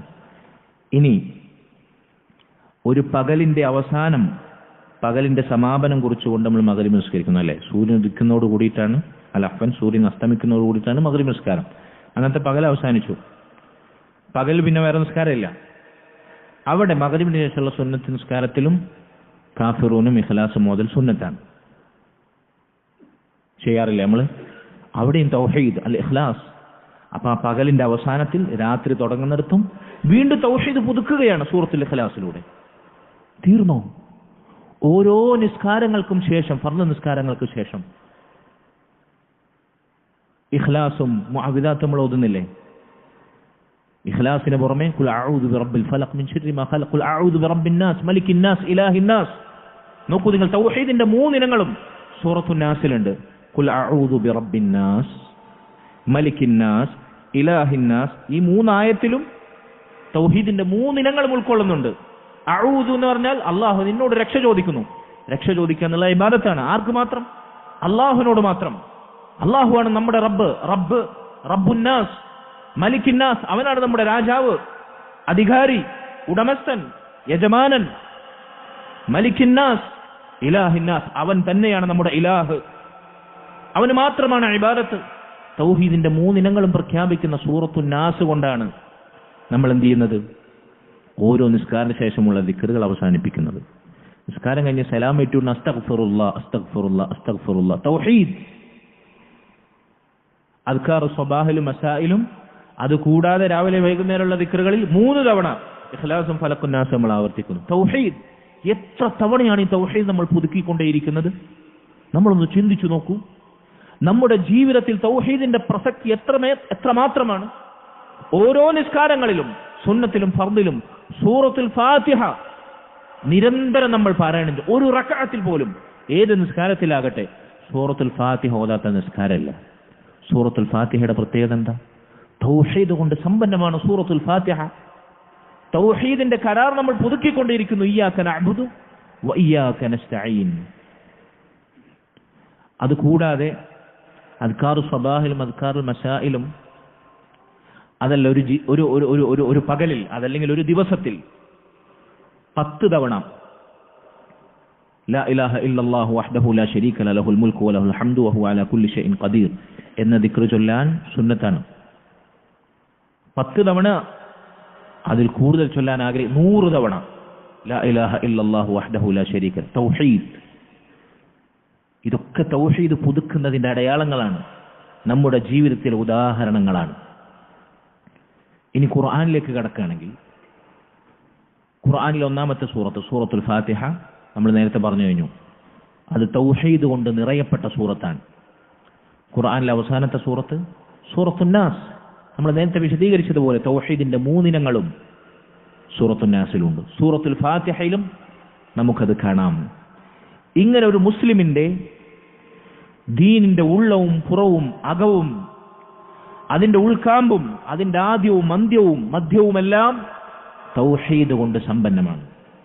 അതുകൊണ്ടാണ് ശൈഖുൽ ഇസ്ലാം മുഹമ്മദ് ബിൻ അബ്ദുൽ വഹാബ് റഹിമഹുല്ലാഹ് അഅ്ലമു മാ അമറല്ലാഹു ബിഹി അത്തൗഹീദ്, അല്ലാഹു കൽപ്പിച്ച കാര്യങ്ങളിൽ ഏറ്റവും മഹത്തായ കാര്യം തൗഹീദാണ് എന്ന് പഠിപ്പിച്ചത്. ഇനി അതിനുശേഷം അദ്ദേഹം പറഞ്ഞു വഅഅ്ലമു മാ നഹാ അൻഹു അശ്ശിർക്ക്, അല്ലാഹു വിലക്കിയ ഏറ്റവും ഗുരുതരമായ കാര്യങ്ങളിലൊന്ന് അത് ശിർക്കാണ്. ശിർക്ക് എന്നത് തൗഹീദിനെതിരാണ്. നമ്മൾ മുമ്പ് വിശദീകരിച്ചതാണ് എന്തുകൊണ്ടാണ് ശിർക്ക് ഏറ്റവും കടുത്ത തിന്മയായി മാറിയത്. അതിന് പണ്ഡിതന്മാർ പറയുന്ന പ്രധാനപ്പെട്ട 2 കാരണങ്ങൾ. ഒന്ന്, അന്നഹു അഅ്ദമു ദുനൂബ്, ശിർക്ക് അല്ലാഹു വിലക്കിയ തിന്മകളിൽ ഏറ്റവും ഗുരുതരമായ തിന്മയാകാനുള്ള കാരണം അത് തിന്മകളിൽ ഏറ്റവും ഗുരുതരമായ തിന്മയാണ്. 2, ആ ശിർക്കിനുള്ള ശിക്ഷ ഏറ്റവും കടുത്ത ശിക്ഷയാണ്. ഒന്നാമത്തെ കാരണം എന്തായിരുന്നു? ശിർക്കാണ് അല്ലാഹു വിലക്കിയ തിന്മകളിൽ ഏറ്റവും ഗുരുതരമായ തിന്മ. എന്താണ് അതിനുള്ള കാരണങ്ങൾ? സൗദിയിൽ നിന്ന് ജീവിച്ചിരിക്കുന്ന, മദീനത്ത് നിന്ന് ജീവിച്ചിരിക്കുന്ന വലിയ പണ്ഡിതനാണ് ഷെയ്ഖ് സ്വാലിഹ് സിന്ദി ഹഫിളഹുല്ലാഹ്. അദ്ദേഹം ഉസൂലുസ് സലാസ വിശദീകരിക്കവേ ഇത് വളരെ മനോഹരമായി വിശദീകരിക്കുന്നുണ്ട്. അദ്ദേഹം പറഞ്ഞു, എന്തുകൊണ്ടാണ് ശിർക്ക് ഏറ്റവും ഗുരുതരമായ തിന്മയായി മാറിയത്? അതിന് പല കാരണങ്ങളുണ്ട്. ഒന്നാമത്തെ കാരണം, لأن الشرك انتقاص عظيم لحق الله سبحانه وتعالى. അല്ലാഹു സുബ്ഹാനഹു വ തആലയോട് ഒരടിമ, ഒരു സൃഷ്ടി, മനുഷ്യൻ, അവൻ പാലിക്കേണ്ടുന്ന മഹത്തായ ഹക്കുണ്ട്. അല്ലാഹുവിനോടുള്ള നമ്മുടെ ഹക്ക്, അല്ലാഹുവിനോടുള്ള നമ്മുടെ കടമ, ബാധ്യത, അതിലുള്ള ഗുരുതരമായ വീഴ്ചയാണ് ശിർക്ക് എന്ന് പറഞ്ഞാൽ. ഒരു ശിർക്ക് ചെയ്യുന്ന മുശ്രിക്ക്, അല്ലാഹു അല്ലാത്തവരെ വിളിച്ചു തേടുന്നവൻ, അല്ലാഹു അല്ലാത്തവരോട് പ്രാർത്ഥിക്കുന്നവൻ, അല്ലാഹു അല്ലാത്തവർക്ക് നേർച്ചയാക്കുന്നവൻ, അവൻ എന്താണ് യഥാർത്ഥത്തിൽ ചെയ്യുന്നത്? അല്ലാഹുവിന് നൽകേണ്ടുന്ന ഹക്ക് അതിലവൻ വീഴ്ച വരുത്തുന്നു. അല്ലാഹുവിനെ കണക്കാക്കേണ്ടതുപോലെ അവർ കണക്കാക്കിയിട്ടില്ല. അല്ലാഹുവിനെ മനസ്സിലാക്കേണ്ടതുപോലെ അവർ മനസ്സിലാക്കിയിട്ടില്ല. മക്ക മുശ്രിക്കുകളെ പറ്റി അല്ലാഹു എന്താ പറഞ്ഞത്? വമാ ഖദറുല്ലാഹു ഹഖ്ക ഖദ്രി, അല്ലാഹുവിനെ കണക്കാക്കേണ്ടതുപോലെ അവർ കണക്കാക്കിയിട്ടില്ല. ചില പണ്ഡിതന്മാർ ഈ ആയത്തിനെ വിശദീകരിക്കുക പറഞ്ഞു, വമാ അള്ളമുല്ലാഹ ഹഖ്ക തഅദീമി, അല്ലാഹുവിനെ ആദരിക്കേണ്ടതുപോലെ, അല്ലാഹുവിനെ ബഹുമാനിക്കേണ്ടതുപോലെ അവർ ബഹുമാനിച്ചിട്ടില്ല. അല്ലാഹു സുബ്ഹാനഹു വ തആലയുടെ മഹത്വവും വലുപ്പവും മനസ്സിലാക്കേണ്ടതുപോലെ അവർ മനസ്സിലാക്കിയിട്ടില്ല. അതുകൊണ്ടാണ് അല്ലാഹുവിന് കൊടുക്കേണ്ട ഹക്ക് അല്ലാഹു അല്ലാത്തവരിലേക്ക്, അത് മാർക്ക് തന്നെ പോലെ ജീവിച്ചു മരിച്ചവർക്ക്, രോഗം വന്നവർക്ക്, ന്യൂനതകളുള്ളവർക്ക്, മനുഷ്യർക്ക്, മൃഗങ്ങൾക്ക്, മണ്ണിന്, കല്ലിന്, ചത്ത ശവത്തിന് അള്ളാഹുവിന് കൊടുക്കേണ്ട, മഹാനായ റബ്ബിന് കൊടുക്കേണ്ട ഹക്ക് അവർ തിരിച്ചുവിട്ടു. അള്ളാഹുവിനെ അവർ എവിടെ കൊണ്ടുപോയി വെച്ചു? അള്ളാഹുവിനവർ കൽപ്പിച്ച സ്ഥാനം എത്ര നിസാരമാണ്. അതുകൊണ്ട് അള്ളാഹുവിനോടുള്ള ഹക്കിലുള്ള ഗുരുതരമായ വീഴ്ചയാണത്. എന്തുകൊണ്ട് ഈ ശിർക്ക് ഏറ്റവും വലിയ തിന്മയായി മാറിക്കൂടാ? നോക്കൂ നിങ്ങൾ, ദുനിയാവിൽ മനുഷ്യന്മാരെ ആദരിക്കുന്ന ഒരു വ്യക്തി ചിലപ്പോൾ വലിയ സമ്പന്നനായിരിക്കാം, അതല്ലെങ്കിൽ ഇന്നത്തെ ആളുകൾ ബഹുമാനിക്കുന്ന, അനുഗമിക്കാൻ ആഗ്രഹിക്കുന്ന, അവരുടെ ഫാനായി വാഴാൻ ആഗ്രഹിക്കുന്ന വല്ല സെലിബ്രിറ്റികളായിരിക്കാം, അതല്ലെങ്കിൽ ഏതെങ്കിലും ഒരു നാട്ടിലെ ഭരണാധികാരിയായിരിക്കാം. اللهم إنا نعوذ بك أن نشرك بك شيئا ونحن نعلم ونستغفرك لما لا نعلم. اللهم إنا نسألك الهدى والتقى والعفاف والغنى. اللهم يا حي يا قيوم برحمتك نستغيث أصلح لنا شأننا كله ولا تكلنا إلى أنفسنا طرفة عين. സഹോദരങ്ങളെ, ദുനിയാവിൽ ആദരിക്കപ്പെടേണ്ടുന്ന ഒരു വ്യക്തി, അതാരുമാകട്ടെ, വലിയ രാജാവായേക്കാം, ഭരണാധികാരിയായേക്കാം. ഇവിടെ നമ്മുടെ നാട്ടിൽ നമ്മുടെ നാട് ഭരിക്കുന്ന ഭരണാധികാരിക്കെതിരെ പ്രതിഷേധമായി ഒരു കരിങ്കൊടി കാണിച്ചാൽ, അയാൾ പോകുന്ന റോട്ടിൽ ഒരു കറുത്ത വസ്ത്രമിട്ട് നിന്നാൽ അവനെ പിടിച്ച് അകത്താക്കും. എന്താ കാരണം? അയാൾക്കുള്ള താളീമ് കൊടുത്തില്ല എന്നുള്ളതാണ്, അയാൾക്കുള്ള ബഹുമാനം, അത് അയാളുടെ ഹക്കാണ് എന്ന് പിടിച്ചു വാങ്ങാണ്. ഇതുവരെ ആളുകൾ അംഗീകരിക്കും. അതല്ലെങ്കിൽ മറ്റൊരു നാട്ടിലെ ഭരണാധികാരി നമ്മുടെ നാട്ടിൽ വന്നു കഴിഞ്ഞാൽ അയാളെ ട്രീറ്റ് ചെയ്യേണ്ട പോലെ ട്രീറ്റ് ചെയ്തിട്ടില്ലെങ്കിൽ, അയാൾക്കൊരു മുസാഫഹത്ത് കൊടുത്തിട്ടില്ലെങ്കിൽ, അയാൾ വന്നിട്ട് മുഖം തിരിഞ്ഞ് നിൽക്കുകയാണെങ്കിൽ അത് വലിയ ക്രിമിനൽ കുറ്റമായി ചിലപ്പോൾ ഇവിടെ ആളുകൾ വിലയിരുത്തും. കാരണം എന്താ, അങ്ങനെ ചെയ്യാൻ പാടുന്നുണ്ടോ? അത് അനാദരവല്ലേ? എന്തിനേറെ ജീവനില്ലാത്ത ഒരു ഖണ്ഡം തുണിയിൽ ഉല്ലേഖനം ചെയ്യപ്പെട്ട ദേശീയ പതാക, അതിനോട് അനാദരവ് കാണിച്ചു എന്ന് പറഞ്ഞിട്ട് ഇവിടെ കേസെടുക്കുന്നു, രാജ്യദ്രോഹ കുറ്റം ചുമത്തുന്നു. അത് അതിനുള്ള ഹക്കാണ് പോലും. ലാ ഹൗല വലാ ഖുവത ഇല്ലാ ബില്ലാഹ്. ഒരു മുശ്രിക്ക് ചെയ്യുന്നത് എന്താണ്? മഹാനായ റബ്ബുൽ ആലമീനായ, ലോകരുടെ റബ്ബായ, മലിക്കുൽ ജബ്ബാറായ, മാലിക്കുൽ മുലൂക്കായ, അൽ അലീം അൽ ഖദീർ, എല്ലാറ്റിനും കഴിവുള്ള, ജീവിപ്പിക്കുന്ന, മരിപ്പിക്കുന്ന, ധനികനാക്കുന്ന, ദരിദ്രനാക്കുന്ന മഹാനായ അല്ലാഹു സുബ്ഹാനഹു വ തആലയുടെ വില, അവനോടുള്ള ആദരവ്, അവന്റെ ഗാംഭീര്യം, അവന് നൽകേണ്ട ഹക്ക് അവൻ തിരിച്ചുവിടുന്നു. എന്നിട്ട് ആ ശിർക്ക് അത് നിസാരമായ വളരെ ലാഘവമായ തിന്മയായി കാണാൻ നമുക്ക് സാധിക്കുമോ? എന്തുകൊണ്ട് ശിർക്ക് ഏറ്റവും വലിയ തിന്മയായിക്കൂടാ? ഇതാണ് ഒന്നാമത്തെ കാര്യം. ഒന്നാമത്തെ കാര്യം എന്താണ്?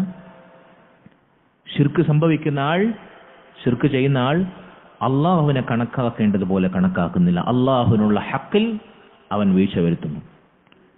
ഇതുകൊണ്ടാണ് ശിർക്ക് ഏറ്റവും വലിയ തിന്മയായത്. രണ്ടാമത്തെ കാരണം, അശ്ശിർക്കു ബില്ലാഹി അസ്സ വജല്ല അഅ്ദമു മുആനിദത്തിൻ ലില്ലാഹി സുബ്ഹാനഹു വ തആല. അള്ളാഹുവിനോട് ശിർക്ക് വെക്കുക എന്നത് അള്ളാഹുവിനോടുള്ള കടുത്ത ധിക്കാരമാണ്. കാരണം അള്ളാഹു നാം ഓരോരുത്തരെയും, ഈ ശിർക്ക് വെക്കുന്ന മുശ്രിക്കിനെയും പടച്ചത് എന്തിനു വേണ്ടിയാണ്? ലിയഅ്ബുദൂൻ, അള്ളാഹ്ക്ക് മാത്രം ഇബാദത്ത് ചെയ്യാൻ. അള്ളാഹുവിനെ സൃഷ്ടിച്ചത് എന്തിനാണ്? അള്ളാഹ്ക്ക് മാത്രം ഇബാദത്ത് ചെയ്യാൻ. മുശ്രിക്ക് എന്താ ചെയ്യുന്നത്? അള്ളാഹ് എന്തിനെങ്കിലും സൃഷ്ടിച്ചോട്ടെ, ഞാൻ എനിക്ക് തോന്നിയതുപോലെ ജീവിക്കും. അള്ളാഹു സുബ്ഹാനഹു വ തആല തന്നെ ഏതൊരു കാര്യത്തിന് വേണ്ടി സൃഷ്ടിച്ചോ അതിൽ നിന്ന് ധിക്കാരപരമായി പുറന്തിരികയാണ്. അള്ളാഹുവിന് കൊടുക്കേണ്ടത് അള്ളാഹു അല്ലാത്തവർക്ക് തിരിച്ചു കൊടുക്കുന്നു. ഇതിനേക്കാൾ കടുത്ത ധിക്കാരം മറ്റെന്താണുള്ളത്? നമുക്ക് ചെലവിന് തരുന്ന, നമ്മെ പോറ്റി വളർത്തുന്ന, നാം ആർക്ക് താഴെയാണോ സ്ഥാപിക്കപ്പെട്ടിട്ടുള്ളത്, ആരുടെ കീഴിലാണോ, ഒന്നും വേണ്ട, ഒരാൾക്ക് കീഴിൽ പണിയെടുക്കുന്ന ഒരു ചങ്ങാതി അയാളുടെ ഉടമയോട്, അയാളുടെ യജമാനനോട്, അല്ലെങ്കിൽ വീട്ടിലുള്ള ഭാര്യയും മക്കളും വീട്ടുടമസ്ഥനോട് അയാൾ എന്തിനാണ് അവരെ പോറ്റുന്നത്? എന്തിനാണ് അവരെ വളർത്തുന്നത്? എന്തിനാണ് അവർക്ക് വേണ്ടതെല്ലാം നൽകുന്നത്? അവർ താൻ ഉദ്ദേശിക്കുന്ന രൂപത്തിൽ നന്മയിൽ വളരാൻ, താൻ ആഗ്രഹിക്കുന്ന രൂപത്തിൽ അവർക്ക് തർബിയത്ത് നൽകാൻ, അതിനെതിരായി താൻ നൽകിയതെല്ലാം നിഷേധിച്ച് തന്നോടുള്ള കടമയും ബാധ്യതയും മറന്ന് ധിക്കാരികളായി ജീവിച്ചാൽ അതിനെക്കുറിച്ച് നമ്മൾ എന്ത് പറയും? പടപ്പുകൾക്കിടയിൽ ഇതിനെക്കുറിച്ച് എന്ത് പറയും? ഓ, എന്നാൽ അങ്ങനെ ചെയ്യേണ്ടിയില്ലായിരുന്നു. കണ്ട കാലം പോറ്റിയ വാപ്പല്ലേ, ഉമ്മല്ലേ, ഉപ്പാനോടാണോ ചെയ്തത്, ഉമ്മാനോടാണോ ചെയ്തത്? സ്വന്തം വാപ്പാനെ വാപ്പ എന്ന് വിളിക്കാതെ ഒരു ബന്ധവുമില്ലാത്ത റോഡിൽ കൂടി നടന്നു പോകുന്ന ഒരുത്തനെ നോക്കി വാപ്പ എന്ന് വിളിച്ചാൽ നമ്മൾ എന്ത് പറയുന്നതിനെ കുറിച്ച്? സഹോദര, ചിന്തിക്കൂ. അള്ളാഹു നിന്നെ സൃഷ്ടിച്ചത് നിനക്കും അള്ളാഹുന് മാത്രം ഇബാദത്ത് ചെയ്യാൻ. അള്ളാഹു അല്ലാത്ത അവന്റെ സൃഷ്ടികൾക്ക്, നിന്നെപ്പോലെയുള്ള ജീവിച്ച് മരിക്കുന്ന പടപ്പുകൾക്ക് മുന്നിൽ, മരിച്ചുപോയവർക്ക് മുന്നിൽ നീ അള്ളാഹുന് നൽകേണ്ടത് സമർപ്പിച്ചാൽ അതിനേക്കാൾ വലിയ ധിക്കാരം ദുനിയാവിൽ മറ്റെന്താണുള്ളത്? എന്തുകൊണ്ട് ശിർക്ക് ഏറ്റവും വലിയ തിന്മയായി കൂടാ? രണ്ടാമത്തെ കാരണം ഇതാണ്. ഞാൻ പറഞ്ഞു മനസ്സിലാവുന്നുണ്ടോ? മൂന്നാമത്തെ കാരണം അശ്ശിർക്കു ബില്ലാഹി അദ്ലമു ദുൽം, അള്ളാഹുൽ പങ്കു ചേർക്കുക എന്നതാണ് കടുത്ത അക്രമം. എന്താണ് ദുൽമിന് ഇസ്ലാം നൽകുന്ന നിർവചനം? ഭാഷയിൽ തന്നെ ദുൽമ് എന്ന് പറഞ്ഞാൽ അതിനർത്ഥം വദഉ ശൈഇ ഫി ഗൈരി മൗദിഇ, വദഉ ശൈഇ ഫി ഗൈരി മൗദിഇ, ഒരു സംഗതി അസ്ഥാനത്ത് സ്ഥാപിക്കുന്നതിനാണ് ദുൽമ് എന്ന് പറയാം. ഏതൊരു കാര്യവും അതിന്റെ സ്ഥാനത്തല്ലാതെ വെക്കുക, അസ്ഥാനത്ത് സ്ഥാപിക്കുക, അതിനാണ് ദുൽമ് എന്ന് പറയാം. അക്രമം എന്ന് ഭാഷയിൽ തന്നെ നിർവചിക്കുക. ഇവിടെ അല്ലാഹു സുബ്ഹാനഹു വ തആലക്ക് മാത്രം നൽകേണ്ടുന്ന ഇബാദത്ത് അല്ലാഹു അല്ലാത്തവർക്ക് നൽകുമ്പോൾ ഇബാദത്തിനെ അസ്ഥാനത്ത് കൊണ്ടുപോയി വെക്കുകയാണ്. അല്ലാഹുവിന് മാത്രം നൽകുക എന്നതാണ് ഇബാദത്തിന്റെ സ്ഥാനം. അത് അല്ലാഹു അല്ലാത്തവരിലേക്ക് തിരിച്ചുവിടുമ്പോൾ അത് ദുൽമാണ്, ഏറ്റവും കടുത്ത ദുൽമാണ്. അതുകൊണ്ടാണ് അല്ലാഹു സുബ്ഹാനഹു വ തആല പറഞ്ഞത്, ഇന്ന ശിർക ലദുൽമുൻ അദീം, ശിർക്കാണ് ഏറ്റവും കടുത്ത അക്രമം. ഇത് നാളെ നരകത്തിൽ പ്രവേശിക്കുമ്പോൾ സാക്ഷാൽ മുശ്രിക്കുകൾ തിരിച്ചറിയും. മുശ്രിക്കുകളെ നരകത്തിൽ പ്രവേശിപ്പിക്കുമ്പോൾ അവര് അള്ളാഹുവിനോട് ശിർക്ക് വെച്ച അവരുടെ ആരാധ്യന്മാരെ നോക്കി പറയും. എന്തു പറയും? തല്ലാഹി ഇൻ കുന്നാ ലഫീ ളലാലിൻ മുബീൻ, അള്ളാഹു സത്യം, ഞങ്ങൾ വമ്പിച്ച വഴികേടിലായിരുന്നു ട്ടോ. ഇദ് നുസവ്വീകും ബിറബ്ബിൽ ആലമീൻ, അവരെ ആരാധ്യന്മാരെ നോക്കി പറയാണ്, നിങ്ങളെ റബ്ബുൽ ആലമീനായ അള്ളാഹുവിനോട് ഞങ്ങൾ സമപ്പെടുത്തി കളഞ്ഞു. അള്ളാഹ്ക്ക് കൊടുക്കേണ്ടത് നിങ്ങൾക്ക് ഞങ്ങൾ തിരിച്ചുവിട്ടു. അതുകൊണ്ട് ഞങ്ങൾ വലിയ ളലാലത്തിലായിരുന്നു എന്ന് അന്നവർ പരിതപിക്കുമെന്നാണ്. അള്ളാഹു തന്നെ പറഞ്ഞു സൂറത്തുൽ അൻആമിൽ, സുമ്മല്ലദീന കഫറു ബിറബ്ബിഹിം യഅദിലൂൻ, കുഫാറുകൾ, ശിർക്ക് സംഭവിച്ചവർ, അവർ തങ്ങളുടെ റബ്ബിനെ അവരുടെ ആരാധ്യന്മാരോട് സമപ്പെടുത്തിയിരുന്നു. അപ്പോൾ അള്ളാഹുവിന് നൽകേണ്ടത്, അള്ളാഹുവിന് മാത്രം നൽകേണ്ടത് അള്ളാഹു അല്ലാത്തവർക്ക് തിരിച്ചുവിടുമ്പോൾ അത് ദുൽമാണ്. ഒരു സംഗതി വെക്കേണ്ടിടത്ത് സ്ഥാനം തെറ്റിയാൽ അത് ദുൽമാണ്, അസ്ഥാനത്ത് സ്ഥാപിച്ചാൽ ദുൽമാണ്. അള്ളാഹുവിന് മാത്രം നൽകേണ്ടുന്ന ഇബാദത്ത് അള്ളാഹു അല്ലാത്തവരിലേക്ക് തിരിച്ചുവിട്ടാൽ ദുൽമാണ്, ഏറ്റവും കടുത്ത ദുൽമാണ്. ഒരു സമനോ, ഒരു തുല്യനോ, ഒരു പങ്കാളിയോ, ഒരാളും ഒരു നിലക്കും സാദൃശ്യപ്പെടുത്താനോ ഉപമിക്കാനോ വകുപ്പില്ലാത്ത റബ്ബ് സുബ്ഹാനഹു വ തആലയെ അള്ളാഹുവിന്റെ സൃഷ്ടികളോട് സമപ്പെടുത്തുക എന്നത് ഏറ്റവും വലിയ ദുൽമാണ്. ഇവിടെ ഷേഖ് സൂചിപ്പിക്കുന്നൊരു ലളിതമായൊരു ഉദാഹരണമുണ്ട്. ദുനിയാവിൽ ഏറ്റവും വിലപിടിപ്പുള്ള ഒരു രത്നം, ഡയമണ്ട്, ഇത് നമ്മൾ കയ്യിലെടുത്ത് ഒരു സ്ഥലത്ത് വെച്ചു, ഒരു മേശപ്പുറത്ത് വെച്ചു. അതിൻ്റെ നിറത്തോടും കളറിനോടും സാദൃശ്യമുള്ള കേവലം ഒരു കല്ല്. ഡയമണ്ട് എന്ത് കളറായിരിക്കും? വെള്ളയായിരിക്കും അല്ലേ, ഓൾമോസ്റ്റ് അല്ലേ, വൈറ്റിഷ് അല്ലേ. അതിനോട് സമാനമായ നമ്മൾ കടപ്പുറത്തൊക്കെ പോയി കഴിഞ്ഞാൽ അല്ലെങ്കിൽ പുഴയടുത്തൊക്കെ പോയി കിട്ടുന്ന ഒരു വെള്ളാരം കല്ല് എടുത്ത് പുറത്തും വെച്ചു. ഈ ഡയമണ്ടിന് എത്ര വില ഉണ്ടാവും? ചിലപ്പോൾ ദുനിയാവിൽ ഏറ്റവും വിലപിടിപ്പുള്ള സാധനമായിരിക്കും അത്. ഈ അത്രമേൽ വിലയുള്ള സാധനത്തിനടുത്ത് ഒരു കേവലം കല്ല് വെച്ചിട്ട് പറയും ഇത് രണ്ടും ഒരുപോലെയാണ് എന്ന് പറഞ്ഞാൽ അയാളെ കുറിച്ച് നമ്മൾ എന്ത് പറയും? ഈ കല്ല് ഇതും നമ്മൾ പ്രത്യേകിച്ച് വ്യത്യാസമൊന്നുമില്ല, ഇത് രണ്ടും ഒന്ന് തന്നെ, രണ്ടിനെയും ഡയമണ്ട് എന്ന് വിളിക്കാം എന്ന് പറഞ്ഞാൽ നമ്മൾ എന്ത് പറയും? ഇതുപോലെ ഒരുപാട് ഉദാഹരണങ്ങൾ നമുക്ക് കിട്ടും. അല്ലാഹു സുബ്ഹാനഹു വ തആലക്ക് മാത്രം നൽകേണ്ടുന്ന ഇബാദത്ത് കേവലം അല്ലാഹുവിന്റെ സൃഷ്ടികൾക്ക് നൽകിക്കഴിഞ്ഞാൽ ഈ താരതമ്യവും അത് നമ്മൾ എത്ര അകലത്തിലാണ്, ഇതുവരെ നമുക്ക് അംഗീകരിക്കാൻ പറ്റൂല. ആ പറഞ്ഞവനെ കുറിച്ച് നമ്മൾ എന്തു പറയും? അവൻ അതിന്റെ വക്താവായതിലേക്ക് ക്ഷണിക്കുന്ന അത് ആദർശമായ ഒരുത്തൻ കൊണ്ടു നടക്കുകയാണെങ്കിൽ ഇതിനേക്കാൾ വലിയ ദുൽമുണ്ടെന്ന് നമ്മൾ ചോദിച്ചു പോലെ, ഇതിനേക്കാൾ വലിയ ഭ്രാന്തും വലാലത്തും ഉണ്ടെന്ന് നമ്മൾ പറഞ്ഞു പോകുകയില്ലേ? അള്ളാഹുവിന് മാത്രം നൽകേണ്ട അള്ളാഹുവിന്റെ പടപ്പുകൾക്ക് നൽകുമ്പോൾ എന്തുകൊണ്ട് അത് ഏറ്റവും വലിയ തിന്മയെ നമുക്ക് അംഗീകരിക്കാൻ പ്രയാസമാകുന്നു? മുസ്ലിം നാമധാരികൾക്ക് അത് പറയുമ്പോൾ പോലും അലർജിയാകുന്നു. ശിർക്കിനെതിരെ ശബ്ദിക്കാൻ അവർ മടിക്കുന്നു. മറ്റു തിന്മകൾക്കെതിരെ പെരുമ്പറയടിച്ച് ശബ്ദിക്കുന്നവർ പോലും ലാ ഹൗല വലാ ഖുവത ഇല്ലാ ബില്ലാഹ്. അതുകൊണ്ട് ശിർക്ക് തന്നെയാണ് ഏറ്റവും വലിയ അക്രമം എന്ന് നമ്മൾ മനസ്സിലാക്കണം. ഈ 4 കാരണങ്ങളാണ്, 3 കാരണങ്ങൾ പറഞ്ഞു. 4ാമത്തെ കാരണം അശ്ശിർക്കു ഫീഹി വസ്ഫുല്ലാഹി ബിമാ ലാ യലീഖു ബിഹി. ശിർക്ക് ചെയ്യുന്ന ആളുകൾ അള്ളാഹുവിന് യോജിക്കാത്ത, അവൻ അനുഗുണമില്ലാത്ത വിശേഷണങ്ങൾ അവന് ചാർത്തി നൽകുന്നുണ്ട്. ഉദാഹരണത്തിന് നമ്മുടെ നാട്ടിലെ ഇതിന്റെ വക്താക്കളുടെ കഥ തന്നെ എടുത്തു കഴിഞ്ഞാൽ, എന്തിനാണ് നിങ്ങൾ അല്ലാത്തവരെ വിളിച്ചു തേടുന്നത്? മുഹ്യിദ്ദീൻ ഷെയ്ഖിനെ വിളിച്ചു തേടുന്നത്, മമ്പർത്തങ്ങളെ വിളിച്ചു തേടുന്നത്, മുഹമ്മദ് നബിയെ കാക്കണേ എന്ന് പറയുന്നത്? ഞങ്ങൾ അവരോട് ദുആ ചെയ്യല്ല, ഞങ്ങൾ അല്ലാഹു സുബ്ഹാനഹു വ തആലയുടെ അടുക്കൽ അവരെ ശുപാർശകരായി ചെയ്തു. നമ്മൾ അവരോട് പറഞ്ഞാൽ അവർ നമ്മളെ കാര്യം അള്ളാഹിനോട് പറയും, നമുക്ക് വേണ്ടി അള്ളാഹിന്റെ അടുക്കൽ ശുപാർശ ചെയ്യും. ഞങ്ങളെ അള്ളാഹുവിലേക്ക് അടുപ്പിക്കാൻ വേണ്ടി, നമ്മളെ അള്ളാഹുവിലേക്ക് അടുപ്പിക്കാൻ വേണ്ടി അവരോട് ഞങ്ങൾ പറയുന്നു. നമ്മുടെ കാര്യങ്ങൾ അവർ അള്ളാഹുവോട് പറയുന്നു. നമുക്ക് നേരിട്ട് അള്ളാഹുവിനോട് പറയാനുള്ള യോഗ്യതയില്ല, അർഹതയില്ല. നമ്മൾ പാപികളാണ്, ദോഷികളാണ്. അതുകൊണ്ട് പാപരഹിതരായ മഅസൂമികളായ അമ്പിയാക്കളെയും മുർസലീങ്ങളെയും നമ്മൾ ഇടയാളന്മാരാക്കുന്നു, നമ്മൾ മധ്യവർത്തികളായി സ്വീകരിക്കുന്നു, നമ്മൾ ശുപാർശകരായി സ്വീകരിക്കുന്നു. നമ്മളെ കാര്യം അവരോട് പറയുന്നു, അവർ നമ്മളെ കാര്യം അള്ളാഹുവിനോട് നേർക്ക് നേരെ പറയുന്നു. ഈ വിശ്വാസമുണ്ടല്ലോ നമ്മുടെ നാട്ടിലെ ഇതിന്റെ വക്താക്കളുടെ ഈ വിശ്വാസം വരെ അള്ളാഹു സുബ്ഹാനഹു വ തആലയ്ക്ക് യോജിക്കാത്ത വിശേഷണം വെച്ചു കൊടുക്കുകയാണ്. എന്തുകൊണ്ട് നേർക്ക് നേരെ നിങ്ങൾ അള്ളാഹുവിനോട് ചോദിക്കുന്നില്ല? അവർ പറയുന്നു, അള്ളാഹുവിനോട് ചോദിക്കാൻ, അള്ളാഹുവിലേക്ക് അടുപ്പിക്കാൻ ഞങ്ങൾ മധ്യവർത്തികളെ സ്വീകരിക്കുന്നു. അള്ളാഹുവിനോട് നേരിട്ട് നമുക്ക് ചോദിക്കാൻ കഴിയില്ല. അപ്പൊ നേരിട്ട് ചോദിക്കാൻ കഴിയാത്തവനാണ് അള്ളാഹു എന്ന വിശ്വാസം അള്ളാഹുവിനെ യോജിച്ചാണോ? അള്ളാഹു എന്താ പറഞ്ഞത്?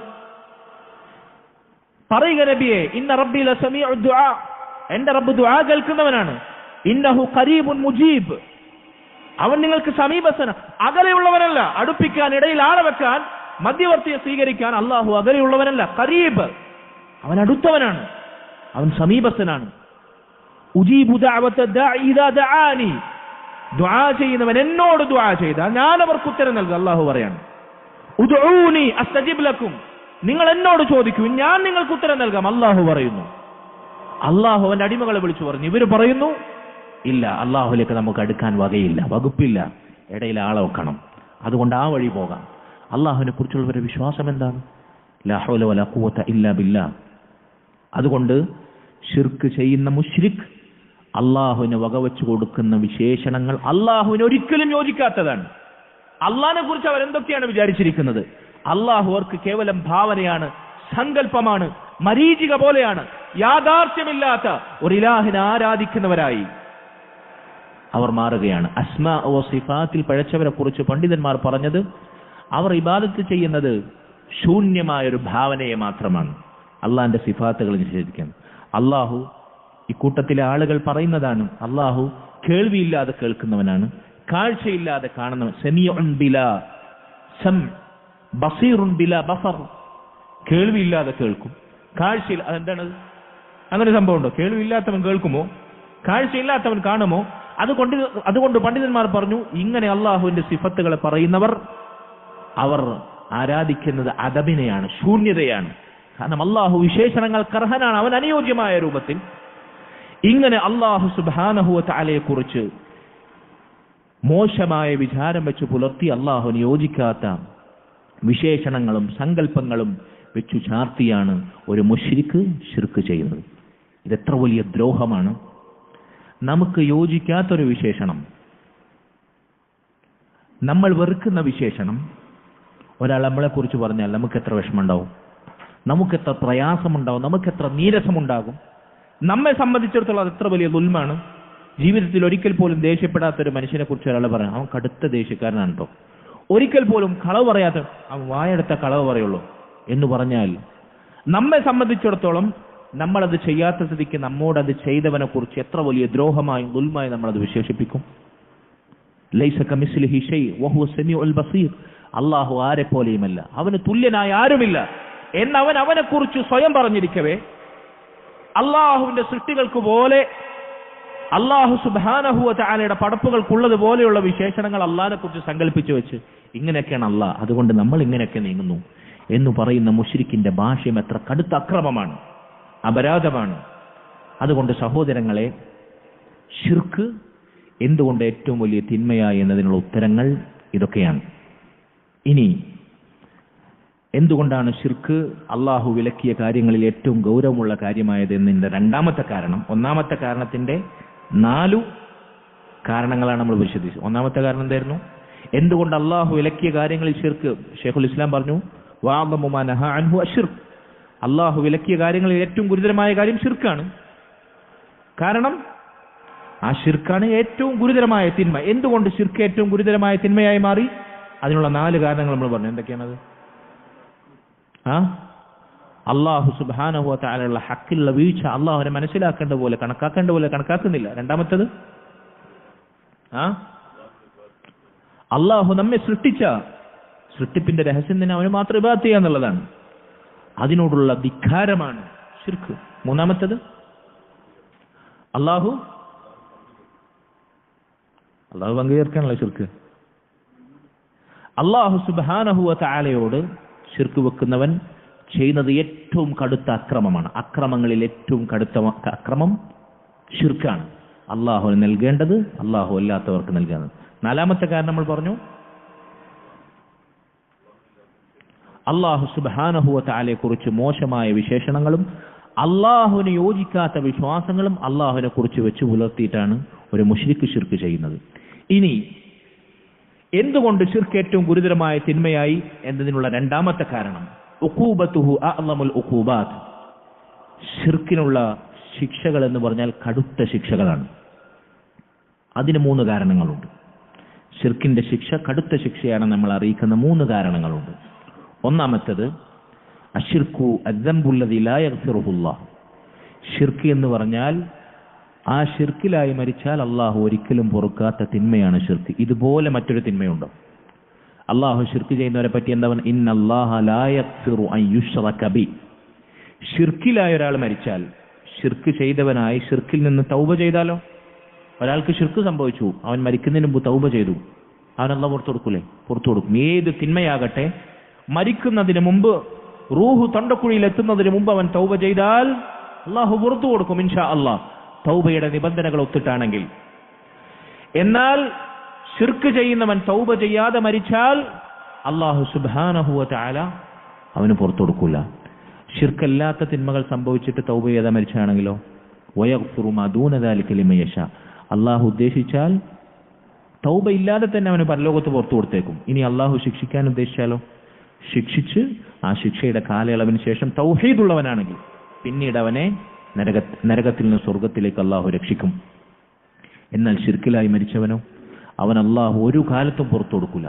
ഒരു കാലത്തും അള്ളാഹു ഒരു തിന്മയിലായി മരിച്ചാൽ പുറത്തു കൊടുക്കുകയില്ല എന്ന് പറഞ്ഞത് ഒരേ ഒരു തിന്മയാണ്, ശിർക്ക്. ശിർക്കിനുള്ള ഏറ്റവും കടുത്ത ശിക്ഷയുടെ 1ാമത്തെ കാരണം അതാണ്. രണ്ടാമത്തത് ശിർക്ക് മുഴുവൻ നന്മകളെയും നിർവീര്യമാക്കും, നിഷ്ഫലമാക്കും. മറ്റൊരു തിന്മക്കും ഇങ്ങനെയുള്ള ഗുരുതരമായ അനന്തരഫലമില്ല. ശിർക്ക് എത്ര വലിയ നന്മ ചെയ്താൽ, പണ്ഡിതന്മാർ ചില പറഞ്ഞു, ഇസ്ലാമിൽ നിന്ന് പുറത്തു പോകുന്ന വലിയ ശിർക്ക്, അള്ളാഹു അല്ലാത്തവരെ വിളിച്ച് തേടുക, ദുആ ചെയ്യുക, അള്ളാഹു അല്ലാത്തവരുടെ പേരിൽ അറുക്കുക എന്ന പോലെയുള്ള വലിയ ശിർക്കിന്റെ ഒരു പൊട്ട്, ഒരു തുള്ളി,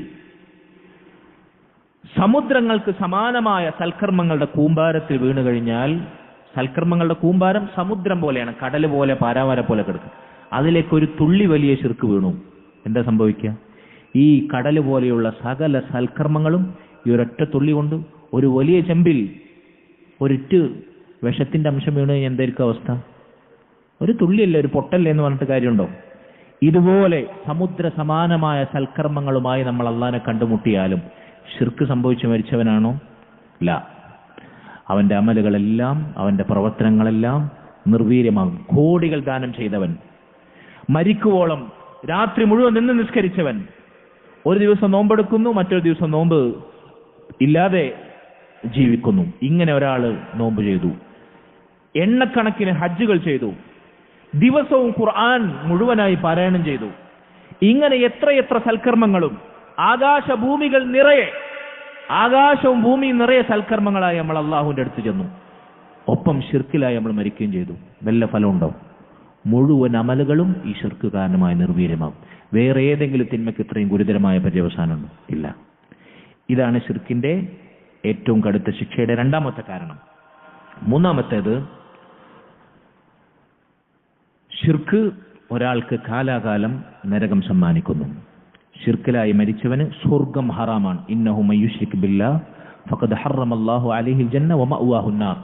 ഷിർക്കിലായി മരിച്ചവന് സ്വർഗം നിഷിദ്ധമാണ്, നരകമായിരിക്കും അവന്റെ സങ്കേതം. സ്വർഗം നിഷിദ്ധമാക്കിയ തിന്മ ഷിർക്കാണ്. അല്ലാഹു സുബ്ഹാനഹു വ തആല സ്വർഗം നിഷിദ്ധമാക്കിയ തിന്മ ഷിർക്കാണ്. നരകം നിർബന്ധമാകുന്ന ശാശ്വതമാകുന്ന തിന്മ ഷിർക്കാണ്, കുഫ്റാണ്. അതുകൊണ്ട് ഷിർക്കിന്റെ ഗുരുതരമായ പര്യവസാനങ്ങളിലൊന്ന് ഇതാണ്. ഈ 3 കാരണങ്ങൾ കൊണ്ടാണ് ഷിർക്കിന് ഏറ്റവും കടുത്ത ശിക്ഷയാണുള്ളത് എന്ന് പണ്ഡിതന്മാർ വിശദീകരിക്കുന്നത്. നോക്കൂ, നിങ്ങൾ ഒരു കാര്യം കൂടി പറഞ്ഞുകൊണ്ട് ഞാൻ അവസാനിപ്പിക്കട്ടെ. എത്ര സൽക്കർമ്മങ്ങൾ ചെയ്താലും ഷിർക്ക് കൊണ്ട് ആ സൽക്കർമ്മങ്ങളുടെ പ്രതിഫലമെല്ലാം നിർവീര്യമാകും നമ്മൾ പറഞ്ഞല്ലോ. എന്താണ് അതിനുള്ള തെളിവ്? സൂറത്ത് സുമറിലെ 65-ാമത്തെ ആയത്താണ്. നമുക്ക് എല്ലാവർക്കും പരിചയമുള്ള ആയത്താണ്. വലഖദ് ഊഹിയ ഇലൈക വഇലല്ലദീന മിൻ ഖബ്ലിക. നബിയെ വിളിച്ചിട്ട് അല്ലാഹു പറയുന്നു, നബിയെ താങ്കൾക്ക് വഹി നൽകപ്പെട്ടിരിക്കുന്നു. വഇലല്ലദീന മിൻ ഖബ്ലിക, താങ്കൾക്ക് മുൻപുള്ളവർക്കും വഹി നൽകപ്പെട്ടിരിക്കുന്നു. ലഇൻ അശ്റക്ത, താങ്കൾ എങ്ങാനും ശിർക്ക് ചെയ്യുകയാണെങ്കിൽ ലയഹ്ബതന്ന അമലുക, താങ്കളുടെ അമലുകളെല്ലാം നിഷ്ഫലമായി തീരും. വലതകൂനന്ന മിനൽ ഖാസിരീൻ, താങ്കൾ നരകക്കാരിൽ പരാജിതരിൽ ഉൾപ്പെടുകയും ചെയ്യും. ആരെ വിളിച്ചിട്ടാണ് ഇത് പറയുന്നത്? ഒന്ന്, ലഇൻ അശ്റക്ത, നബി സല്ലല്ലാഹു അലൈഹി വസല്ലമയെ വിളിച്ചിട്ടാണ് പറയുന്നത്. ആയത്തിന്റെ തുടക്കത്തിൽ വലഖദ് ഊഹിയ ഇലൈക വഇലല്ലദീന മിൻ ഖബ്ലിക, നബിയുടെ മുമ്പ് കഴിഞ്ഞു പോയ സകല അമ്പിയാക്കളും മുർസലീങ്ങളും അവിടെ പെട്ടു. അപ്പോൾ സകല അമ്പിയാക്കളെയും മുർസലീങ്ങളെയും മുൻനിർത്തി അവരിലെ നേതാവായ ശ്രേഷ്ഠനായ മുഹമ്മദ് നബിയെ മുൻനിർത്തിയിട്ടാണ് സല്ലല്ലാഹു അലൈഹി വസല്ലം അല്ലാഹു പറയുന്നത്, അമ്പിയാക്കളാണ് മുർസലീങ്ങളാണ് ശിർക്ക് ചെയ്തെങ്കിൽ പോലും അവരുടെ അമലുകളെല്ലാം നിർവീര്യമാണ്. അതിനേക്കാൾ വലിയ ഔലിയാക്കളുണ്ടോ? അതിനേക്കാൾ വലിയ തങ്ങന്മാരുണ്ടോ? അതിനേക്കാൾ വലിയ മൊയ്ലിയന്മാരുണ്ടോ? അതിനേക്കാൾ വലിയ മൗലവിമാരുണ്ടോ? പറയൂ നിങ്ങൾ. ഇനി നബിയുടെയും അമ്പിയാക്കളുടെയും മുസ്ലിങ്ങളുടെ പ്രത്യേകത എന്താ? അവർക്ക് ശിർക്ക് സംഭവിക്കോ? മറ്റൊരു പോയിന്റാണത്. അമ്പിയാക്കൾക്ക്, മുർസലീങ്ങൾക്ക്, മുഹമ്മദ് സല്ലല്ലാഹു അലൈഹി വസല്ലം ശിർക്ക് സംഭവിക്കോ? അവർ മഅസൂമികളാണ്. ശിർക്ക് എന്ന് പോയിട്ട് ഒരു ചെറിയ തിന്മ പോലും അവർക്ക് സംഭവിക്കുകയില്ല. പാപ സുരക്ഷിതരാണ്. ഇതാണ് അഹ്ലുസുന്ന വൽ ജമാഅയുടെ വിശ്വാസം. ശിർക്കിന്റെ കറ പോയിട്ട് പാപക്കറകൾ പോലും ബാധിക്കാത്ത മുഹമ്മദ് നബി സല്ലല്ലാഹു അലൈഹി വസല്ലമയെയും മുൻകാല അമ്പിയാക്കളെയും മുൻനിർത്തി പറയാണ്, ശിർക്ക് ഒരിക്കൽ പോലും സംഭവിക്കാത്ത, തിന്മകൾ കലരാത്ത അമ്പിയാക്കളും മുർസലീങ്ങളും പോലും ഈ ശിർക്ക് സംഭവിച്ചു പോയെങ്കിൽ അവരുടെ സകല നന്മകളും നിർവീര്യമാകുമെന്ന് പറഞ്ഞാൽ അതിനപ്പുറത്താണ് ബാക്കിയുള്ളവർ. അതുകൊണ്ട് ഇത് ചെയ്യാത്തവരാരുള്ളത്? ആരൊക്കെയാണ് പിന്നെ മുമ്പിൽ നടക്കുന്നത്? അവരൊന്നും അറിവില്ലാത്തവരാണോ? അവർക്ക് വലിയ കിതാബ് ഓതിയവരല്ലേ എന്ന് പറയുമ്പോൾ അമ്പിയാക്കളെയും മുർസലീങ്ങളും നമ്മൾ ഓർക്കുക. അവരെ അള്ളാഹു താക്കീത് ചെയ്ത ഈ ആയത്ത് നമ്മൾ ഓർക്കുക. സൂറത്ത് സുമറിലെ 65-ാമത്തെ ആയത്താണ്. അവരാണെങ്കിൽ പോലും, സാക്ഷാൽ മുഹമ്മദും സല്ലല്ലാഹു അലൈഹി വസല്ലമയാണെങ്കിൽ പോലും ശിർക്ക് ചെയ്തിട്ടുണ്ടെങ്കിൽ അവരുടെ എത്ര വലിയ സൽക്കർമ്മങ്ങളാണെങ്കിലും അത് നിർവീര്യമാകുക തന്നെ ചെയ്യും. ലയഹ്ബതന്ന, അവിടെ വെറുതെ നിർവീര്യമാവുന്നല്ല പറഞ്ഞത്. തഅക്കീദിന്റെ ലാമുണ്ട് അവിടെ, ല. അതിനുശേഷം നൂനു സഖീലയുണ്ട് അവിടെ. എന്ന് പറഞ്ഞാൽ ഉറപ്പിന് മേൽ ഉറപ്പാണ്. ആ പ്രയോഗം തഅക്കീദാണ്. ഉറപ്പിച്ച് കട്ടായം പറയാണ്. അമലുകൾ നിർവീര്യമാകുക തന്നെ ചെയ്യും, സംശയം വേണ്ട. ഉറപ്പിച്ചു പറയാണ്, കേവലം ഒരു പറച്ചിലല്ല. ആ ഭാഷ പ്രയോഗത്തിൽ തന്നെ ഉറപ്പും കനവും കൂടുതലാണ്. ലാ ഹൗല വലാ ഖുവത ഇല്ലാ ബില്ലാഹ്. വസല്ലല്ലാഹു വസല്ലമ വബാറക അലാ നബീന മുഹമ്മദിൻ വഅലാ ആലിഹി വസഹ്ബിഹി അജ്മഈൻ. സുബ്ഹാനകല്ലാഹുമ്മ വബിഹംദിക അഷ്ഹദു അൻ ലാ ഇലാഹ ഇല്ലാ അൻത അസ്തഗ്ഫിറുക വഅതൂബു ഇലൈക്. വസ്സലാമു അലൈക്കും വറഹ്മത്തുള്ളാഹി വബറകാതുഹു.